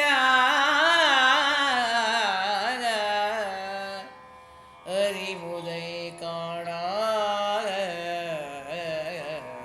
ಕಲಾವಿದರುಗಳ ಕವಿಗಳ ವಿಜ್ಞಾನಿಗಳ ಯೋಗಿ ಮುನಿಗಳ ಅರಿವುದೈ ಮಗನೇ ಎಂದರುಪಿ ಮಗನಂಬರ ಸೆಳೆದು ತಬ್ಬಿ ಮಿಡಿದೋ. ಹೇಳ್ತಾ ಇದ್ದಾರೆ ವಿನತೆ. ಅವರು ಮಹಾತ್ಮರನ್ನು ಹೇಗೆ ಕಂಡುಹಿಡ್ಕೊಳ್ಳೋದು, ಹೇಗೆ ಗುರುತಿಸೋದು ಅನ್ನೋದಕ್ಕೆ ಸುಪರ್ಣನಿಗೆ ಹೇಳ್ತಾ ಇರೋದು ಇದು. ನಮ್ಮ ಲೋಕದಲ್ಲೂ ಕೂಡ ಅವರನ್ನು ಗುರುತಿಸುವಂಥ ಒಂದು ಸಣ್ಣ ಸೂಚನೆಯನ್ನು ಕೊಟ್ಟಿದ್ದಾರೆ ಕವಿಗಳಲ್ಲಿ. ಅವರು ಗತಿ ಗಂಭೀರತೆಯಿಂದ ಅಂತ ಒಂದು ರೀತಿಯಾದಂತಹ ಗಾಂಭೀರ್ಯದ ನಡವಳಿಕೆ ಅವರದ್ದು ಆಗಿರುತ್ತೆ. ಜೊತೆಗೆ ಅವರು ನಿಂತ್ಕೊಳ್ಳೋ ರೀತಿ ಯಾವ ರೀತಿಯಾಗಿ ನಿಂತ್ಕೊಳ್ತಾರೆ ಅಂದರೆ ನಿಲುವಿನ ಸ್ಥಾನ ಅಂದರೆ ನಿಂತ್ಕೊಳ್ಳೋದು ಫಿಸಿಕಲ್ಲಾಗಿ ಅನ್ನೋದಕ್ಕಿಂತ ಅವರು ಒಂದು ಯಾವುದಾದ್ರೂ ಒಂದು ಸಂದಿಗ್ಧದ ಗೊಂದಲದ ಇಕ್ಕಟ್ಟಿನ ಪರಿಸ್ಥಿತಿಗಳು ಬಂದಾಗ ಅವರು ಯಾವ ಪಕ್ಷವನ್ನು ವಹಿಸಿ ನಿಲ್ತಾರೆ ಆ ದೃಷ್ಟಿಯಿಂದ ಕೂಡ ನಾವು ಇದನ್ನು ನೋಡ್ಬೋದು. ಯಾಕೆಂದರೆ ಇತ್ಲೂ ಅಲ್ಲ ಅತ್ಲೂ ಅಲ್ಲ ಅಂತ ನಿಂತ್ಕೋಬಾರ್ದು. ಗಟ್ಟಿಯಾಗಿ ಅದು ತಪ್ಪಿನ ಪಕ್ಷಪಾತ ವಹಿಸ್ತೀನಿ ಅಂದರೆ ತಪ್ಪನ್ನೇ ಹಿಡ್ಕೊಳ್ಬೇಕು. ಇಲ್ಲ ಸರಿಯಾದಂಥ ನಿಲುವನ್ನು ನಾನು ಸಪೋರ್ಟ್ ಮಾಡ್ತೀನಿ, ಅದನ್ನು ಪ್ರತಿಪಾದಿಸ್ತೀನಿ, ಅದಕ್ಕೆ ನಾನು ಒತ್ತಾಸೆಯಾಗಿರ್ತೀನಿ ಅಂದರೆ ಧೈರ್ಯದಿಂದ ಗಟ್ಟಿಯಾಗಿ ಅದರ ಕಡೆ ನಿಂತ್ಕೋಬೇಕು.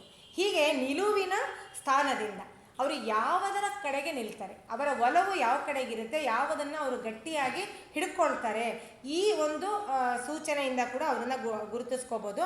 ಮತ್ತು ಅವರ ತೀಕ್ಷ್ಣವಾದ ನೋಟ ಅಂದರೆ ಚೆನ್ನಾಗಿ ಯಾವುದನ್ನು ಆಳವಾಗಿ ಪರಿಶೀಲನೆ ಮಾಡುವಂಥ ಒಂದು ಶಕ್ತಿ.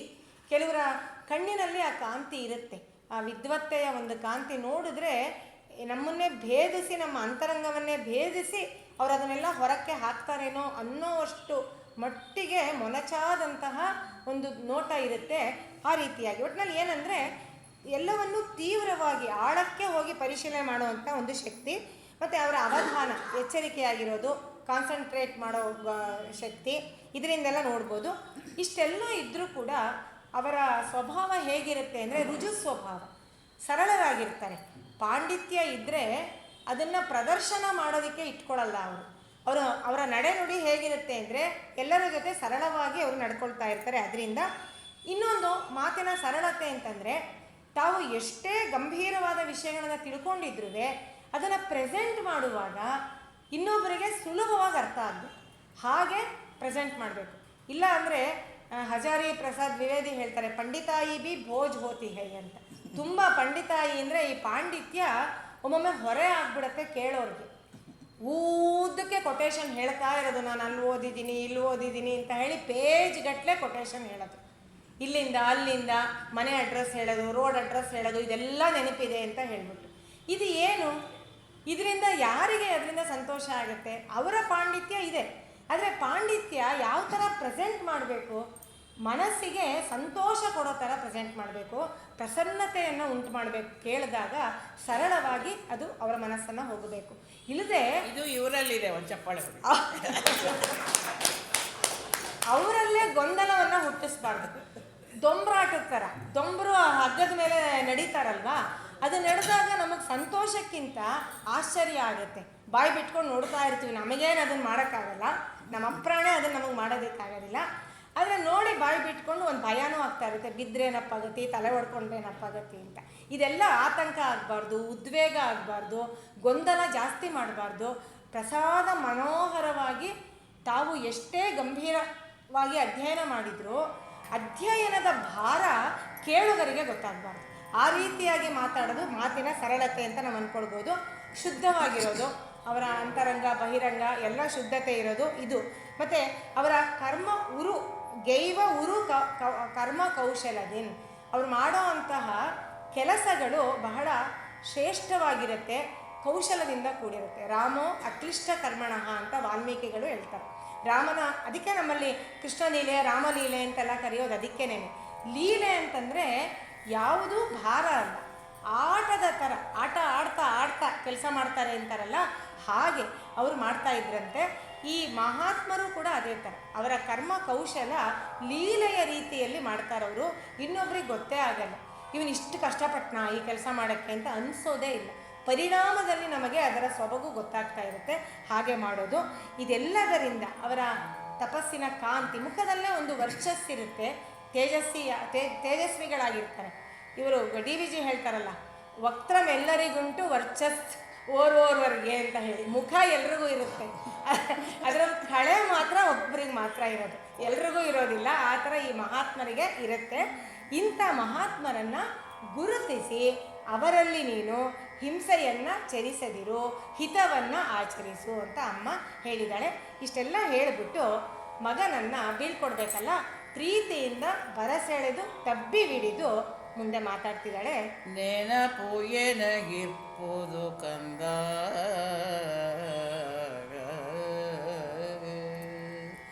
ಅಂದು ಮರಿವಕ್ಕಿರಲ್ ಮಗುನೀ, ಮರಂಗಳೊಳ್ ಮೊನೆಯಡೆ ರೆಂಬೆ ಕೊಂಬೆಗಳ ನಾಂತಿರೆ, ಮೆಲ್ಲೆಲರೂಡೆ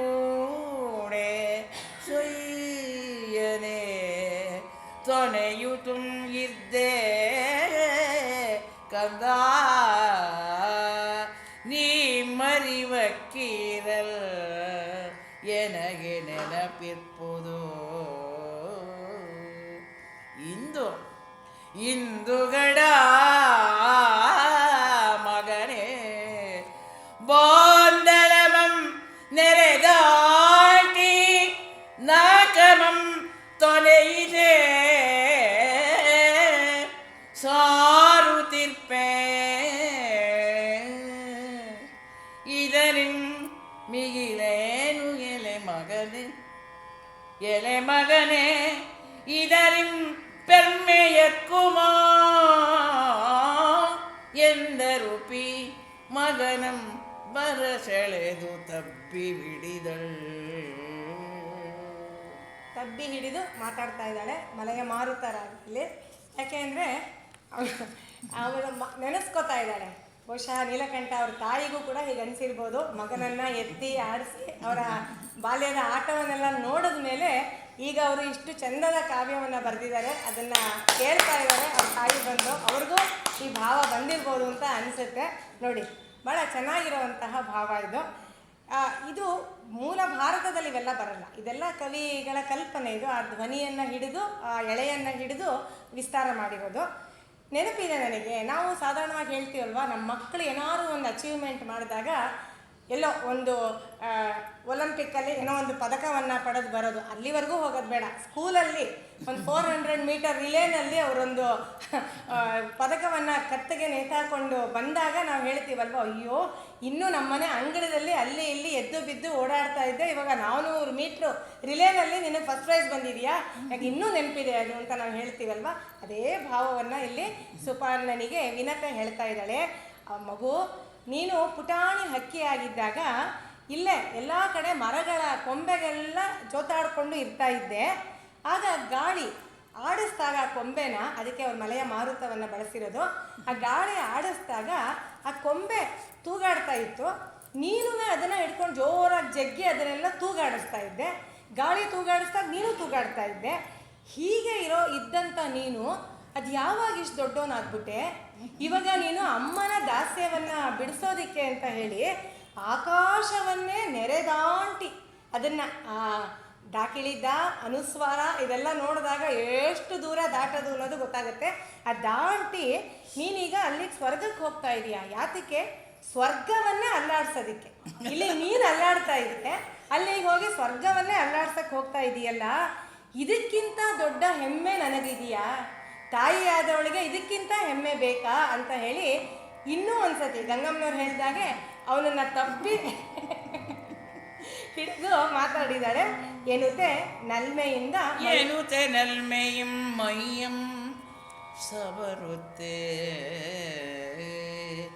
ಈ ಗರಿಗಳಿಗೆ ರಕ್ಷಣೆಯ ನೀಗೆ ಮರುತ್ತು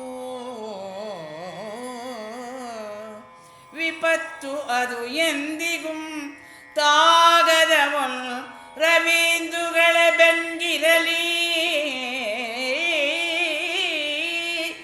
ಈ ಶಿರಕಂ ಹುತಾಶನಂ ಪಾಗೆನಲಾಗಲಿ ಈತನು ಮನೋವುಗೆ ಮೇಣ್ವಸುಗಳು ಯಶಪಥಂ ಸಾಗಲಿ ಸರ್ವರ ಏನು ತುಂ ಆಶಿಪನ ಮಗನೇ ಮಗನೇ ನಿನಗಕ್ಕೆ ಮಂಗಲಂ ಎಂದೆಂದು ಬೀಳ್ಕೊಡುವ ಅಬ್ಬೆಯ ಆಹರ್ಷದುದ್ಗಾರದಿಂ ಹಿತದ ನುಡಿಯಿಂ ಮೇಣೆತ್ತರಿಸಿದ್ದ ಚಿತ್ತವು ವೃತ್ತಿಯ ಆನಂದದಿಂ ಮತ್ತಂ ಮತ್ತಂ ಮತ್ತಂ ತಾಯಡಿಗಳಿಗೆ ಅಭಿನಮಿಸಿ ಪೊರವಂಟನ ವಿಹಂಗಮಂ. ಈ ಪದ್ಯ ಈ ಅಧ್ಯಾಯಕ್ಕೆ ಹೆಸರು ಕೊಟ್ಟಿದ್ದಾರಲ್ಲ, ಈ ಗರಿಗಳಿಗೆ ರಕ್ಷಣೆಯ ನೀಗೆ ಮರುತ್ತು, ಇದರ ಶೀರ್ಷ ಪದ್ಯ ಅಂತ ಬೇಕಾದ್ರೆ ಹೇಳ್ಬೋದು. ಇದು ಮಹಾಭಾರತದ ಶ್ಲೋಕಗಳನ್ನು ಬಹಳ ಸುಂದರವಾಗಿ ಅವರು ಅದನ್ನು ಕನ್ನಡಕ್ಕೆ ತಂದಿದ್ದಾರೆ. ಇದೇ ಭಾವ ಬರುವಂಥ ಶ್ಲೋಕಗಳು ಮಹಾಭಾರತದಲ್ಲಿದೆ. ಈ ಗರಿಗಳಿಗೆ ಪಕ್ಷೌತೆ ಮಾರುತಪ್ಪಾತು ಚಂದ್ರ ಸೂರ್ಯೌಚ ಪೃಷ್ಠತಃ ಅಂತ ಶುರು ಆಗುತ್ತೆ ಶ್ಲೋಕಗಳು. ಈ ಗರಿಗಳಿಗೆ ರಕ್ಷಣೆಯ ನೀಗೆ ಮರುತ್ತು, ಆ ರೆಕ್ಕೆಗಳಿಗೆ ಮರುತ್ತು ರಕ್ಷಣೆಯನ್ನು ಕೊಡಬೇಕು. ಮರುತ್ತೆ ಅಲ್ವಾ, ರೆಕ್ಕೆಯನ್ನು ಬೀಸಿದಾಗ ಗಾಳಿಯ ಆ ವೇಗದಲ್ಲಿ ಅದೇ ಕರ್ಕೊಂಡು ಹೋಗ್ಬೇಕಾಗಿರೋದು. ಮೊದಲು ರೆಕ್ಕೆ ಗಟ್ಟಿಯಾಗಿರಬೇಕು, ಅದಕ್ಕೆ ಅದು ರಕ್ಷಣೆಯನ್ನು ಕೊಡಲಿ. ಜೋರಾಗಿ ಬೀಸಿ ರೆಕ್ಕೆಯನ್ನೇ ಮುರಿದು ಬಿಡಬಾರ್ದು, ಅಥವಾ ಅವನು ಹೋಗಬೇಕು ಅನ್ನುವಂತಹ ದಿಕ್ಕನ್ನೇ ಬದಲಿಸಬಾರ್ದು. ಹಾಗೆ ರಕ್ಷಣೆಯನ್ನು ಕೂಡಲಿ. ಮತ್ತು ವಿಪತ್ತು ಯಾವತ್ತೂ ನಿನಗೆ ತಾಗದೇ ಇರೋ ಹಾಗೆ ರವಿ ಮತ್ತು ಚಂದ್ರ, ರವೀಂದುಗಳು ಸೂರ್ಯ ಮತ್ತು ಚಂದ್ರರಿಬ್ಬರೂ ನಿನ್ನ ಬೆನ್ನಿಗೇ ಇರಲಿ. ಯಾವಾಗಲೂ ಯಾವ ವಿಪತ್ತು ತಾಗದೇ ಇರೋ ಥರ ನಿನ್ನ ಹಿಂದೆಯೇ ಇದ್ದು ಅವು ನಿನ್ನನ್ನು ಕಾಪಾಡಲಿ. ಇನ್ನು ಹುತಾಶನ ಅಂದರೆ ಅಗ್ನಿದೇವ ನಿನ್ನ ತಲೆಯನ್ನು, ಶಿರವನ್ನು ಯಾವಾಗಲೂ ಕಾಪಾಡ್ತಾ ಇರಲಿ. ಅವನು ಹೇಗೆ ಹುತಾಶನನೇ ಪಾಗು ಆಗಲಿ. ಪಾಗು ಅಂದರೆ ಪೇಟ ಅಥವಾ ಟೋಪಿ ಅಂತೀವಲ್ಲ, ಅಥವಾ ರುಮಾಲು ಅಂತೀವಲ್ಲ, ಅದಕ್ಕೆ ಪಾಗು ಅಂತ. ನೋಡಿ, ಪಾಗು ಯಾವಾಗ ಕಟ್ಕೊಳ್ಳೋದು? ಬೆಂಕಿ ತಲೆಗೆ ಪಾಗಾಗೋದು ಅನ್ನೋಂತಹ ಕಲ್ಪನೆ ಬಹಳ ಸುಂದರವಾದದ್ದು. ಬೆಂಕಿಯನ್ನು ಎಲ್ಲಿಟ್ಕೊಂಡ್ರೂ ಅದು ಸುಡೋ ಅಂಥದ್ದು. ಬೆಂಕಿ ಸೆರಗಲ್ಲಿ ಕಟ್ಕೊಂಡು ಹಾಗೆ, ಕೆಂಡನ ಸೆರಗಲ್ಲಿ ಕಟ್ಕೊಂಡು ಹಾಗೆ ಅಂತ ನಾವು ಮಾತಾಡೋದುಂಟು ಲೋಕದಲ್ಲಿ. ಅದು ಎಲ್ಲರೂ ಇಟ್ಕೋ, ಅದು ಸುಡೋ ಅಂಥದ್ದೇ ಅದರ ಸ್ವಭಾವ. ಆದರೆ ಇವ್ರು ಹೇಳ್ತಾ ಇರೋದೇನು? ಇದು ಮಹಾಭಾರತದ್ದೇ ಮಾತು, ವ್ಯಾಸರದ್ದೇ ಮಾತು. ನೀಲಕಂಠರು ಕನ್ನಡಕ್ಕೆ ತಂದಿದ್ದಾರೆ ಅದನ್ನು. ಹುತಾಶನಂ ಎನಲಾಗಲಿ, ಅವನು ನಿನಗೆ ರುಮಾಲಾಗಲಿ ಅಂತ. ರುಮಾಲು ನಾವು ಯಾತಕ್ಕೆ ಕಟ್ಕೊಳ್ತೀವಿ? ಬಿಸಿಲಿನಿಂದ ಅದನ್ನು ತಲೆಗೆ ರಕ್ಷಣೆಯನ್ನು ಪಡೆಯೋದಕ್ಕೆ ಕಟ್ಕೊಳ್ತೀವಿ, ಒಂದು ಗೌರವಕ್ಕಾಗಿ ಕಟ್ಕೊಳ್ತೀವಿ. ಅಂತಹ ಹುತಾಶನ ನಿನಗೆ ರುಮಾಲಾಗಲಿ ಅಂದರೆ ನಿನ್ನ ತಲೆಯನ್ನು ಅವನು ಸುಡದೆ ಕಾಪಾಡಲಿ, ಯಾವ ಅಪಾಯವೂ ನಿನಗೆ ಒದಗದೇ ಇರಲಿ ಅನ್ನೋದನ್ನು ಹೇಳ್ತಾ ಇದ್ದಾರೆ ಅದರಲ್ಲಿ. ಮತ್ತು ಈ ವಸುಗಳು, ಅಷ್ಟವಸುಗಳು ಯಾರಿದ್ದಾರೆ ಅವರು ನಿನಗೆ ಎಲ್ಲ ಕಾಲಕ್ಕೂ ರಕ್ಷಣೆಯನ್ನು ತನುವನ್ ಓವುಗೆ ಅಂದರೆ ನಿನ್ನ ದೇಹವನ್ನು ಈ ಅಷ್ಟವಸುಗಳು ಕಾಪಾಡಲಿ. ಈಗ ನೀನು ಈ ಯಶಪಥದಲ್ಲಿ ನೀನು ಯಾವಾಗಲೂ ಸಾಕ್ತಾ ಇರು. ಸರ್ವದಾ ನಿನಗೆ ಮಂಗಳಂ ಅಕ್ಕೆ, ಎಲ್ಲ ಕಾಲಕ್ಕೂ ಮಂಗಳವು ಉಂಟಾಗಲಿ ಅಂತ ಹೇಳಿ ತಾಯಿ ವಿನತೆ ಹೇಳಿ ಬೀಳ್ಕೊಡ್ತಾ ಇರೋವಂಥ ತಾಯಿಯನ್ನು ನೋಡಿ ಇವನಿಗೆ ಅವಳ ಹರ್ಷದ ಉದ್ಗಾರ, ಹಿತದ ನುಡಿ, ಇದೆಲ್ಲದರಿಂದ ಅವನಿಗೇನಾಗಿದೆ, ಅವನ ಚಿತ್ತವೃತ್ತಿಯೇ ಮೇಲಾಗಿದೆಯಂತೆ, ಮನಸ್ಸು ಉಬ್ಬಿದೆ ಅಂತ. ಚಿತ್ತವೃತ್ತಿ ಅದು ಇವಾಗ ಕುಗ್ಗಿಲ್ಲ, ನಾನು ಅದನ್ನೇ ಹೇಳಿದ್ದು, ನಿನ್ನ ಜೊತೆನೇ ನಾನು ಇರ್ತೀನಿ ಅಂತ ಹೇಳಿದರ ಸಂಕೇತ ಇದೇನೇನೆ. ಅವನ ಮನಸ್ಸನ್ನು ಎಲ್ಲ ಥರದಲ್ಲೂ ಸಿದ್ಧ ಮಾಡಿದ್ದಾಳೆ, ಅವನ ಮನಸ್ಸನ್ನು ಉಬ್ಬಿಸಿದ್ದಾಳೆ. ಇಲ್ಲದೇ ಇರೋ ಶಕ್ತಿಯೂ ಕೂಡ ಅವನಿಗೆ ಈಗ ಬಂದಿದೆ. ಅದನ್ನೆಲ್ಲ ಇಟ್ಕೊಂಡು ಆನಂದದಿಂದ ಅವನು ಮತ್ತೆ ತಾಯಿಯ ಪಾದಗಳಿಗೆ ನಮಸ್ಕಾರ ಮಾಡಿ ಆ ಗರುಡ ಹೊರಟಿದ್ದಾನೆ ಆ ದೇವಯಾನದಲ್ಲಿ. ಇಲ್ಲಿವರೆಗೂ ಹಾಂ, ಇಲ್ಲಿಗೆ ಈ ಹೊರಟಿದ್ದಾನೆ. ಈ ಅಮೃತ ಪಥ ಅನ್ನೋದು ಹೇಗಿರುತ್ತೆ, ಅವನು ಯಾವ ರೀತಿ ಹೊರಟ, ಇದೆಲ್ಲವನ್ನು ಕೂಡ ಅವನ ಯಾನ ಯಾವ ರೀತಿ ಸಾಗುತ್ತೆ ಅನ್ನೋದನ್ನು ನಾವು ನಾಳೆಯ ವಾಚನ ವ್ಯಾಖ್ಯಾನದಲ್ಲಿ ನೋಡೋಣ. ಅಮೃತ ಪಥಂ ಅಂತ ಹೇಳಿ 3ನೆಯ ಒಂದು ಅಧ್ಯಾಯ, 4ನೇ ಭಾಗ,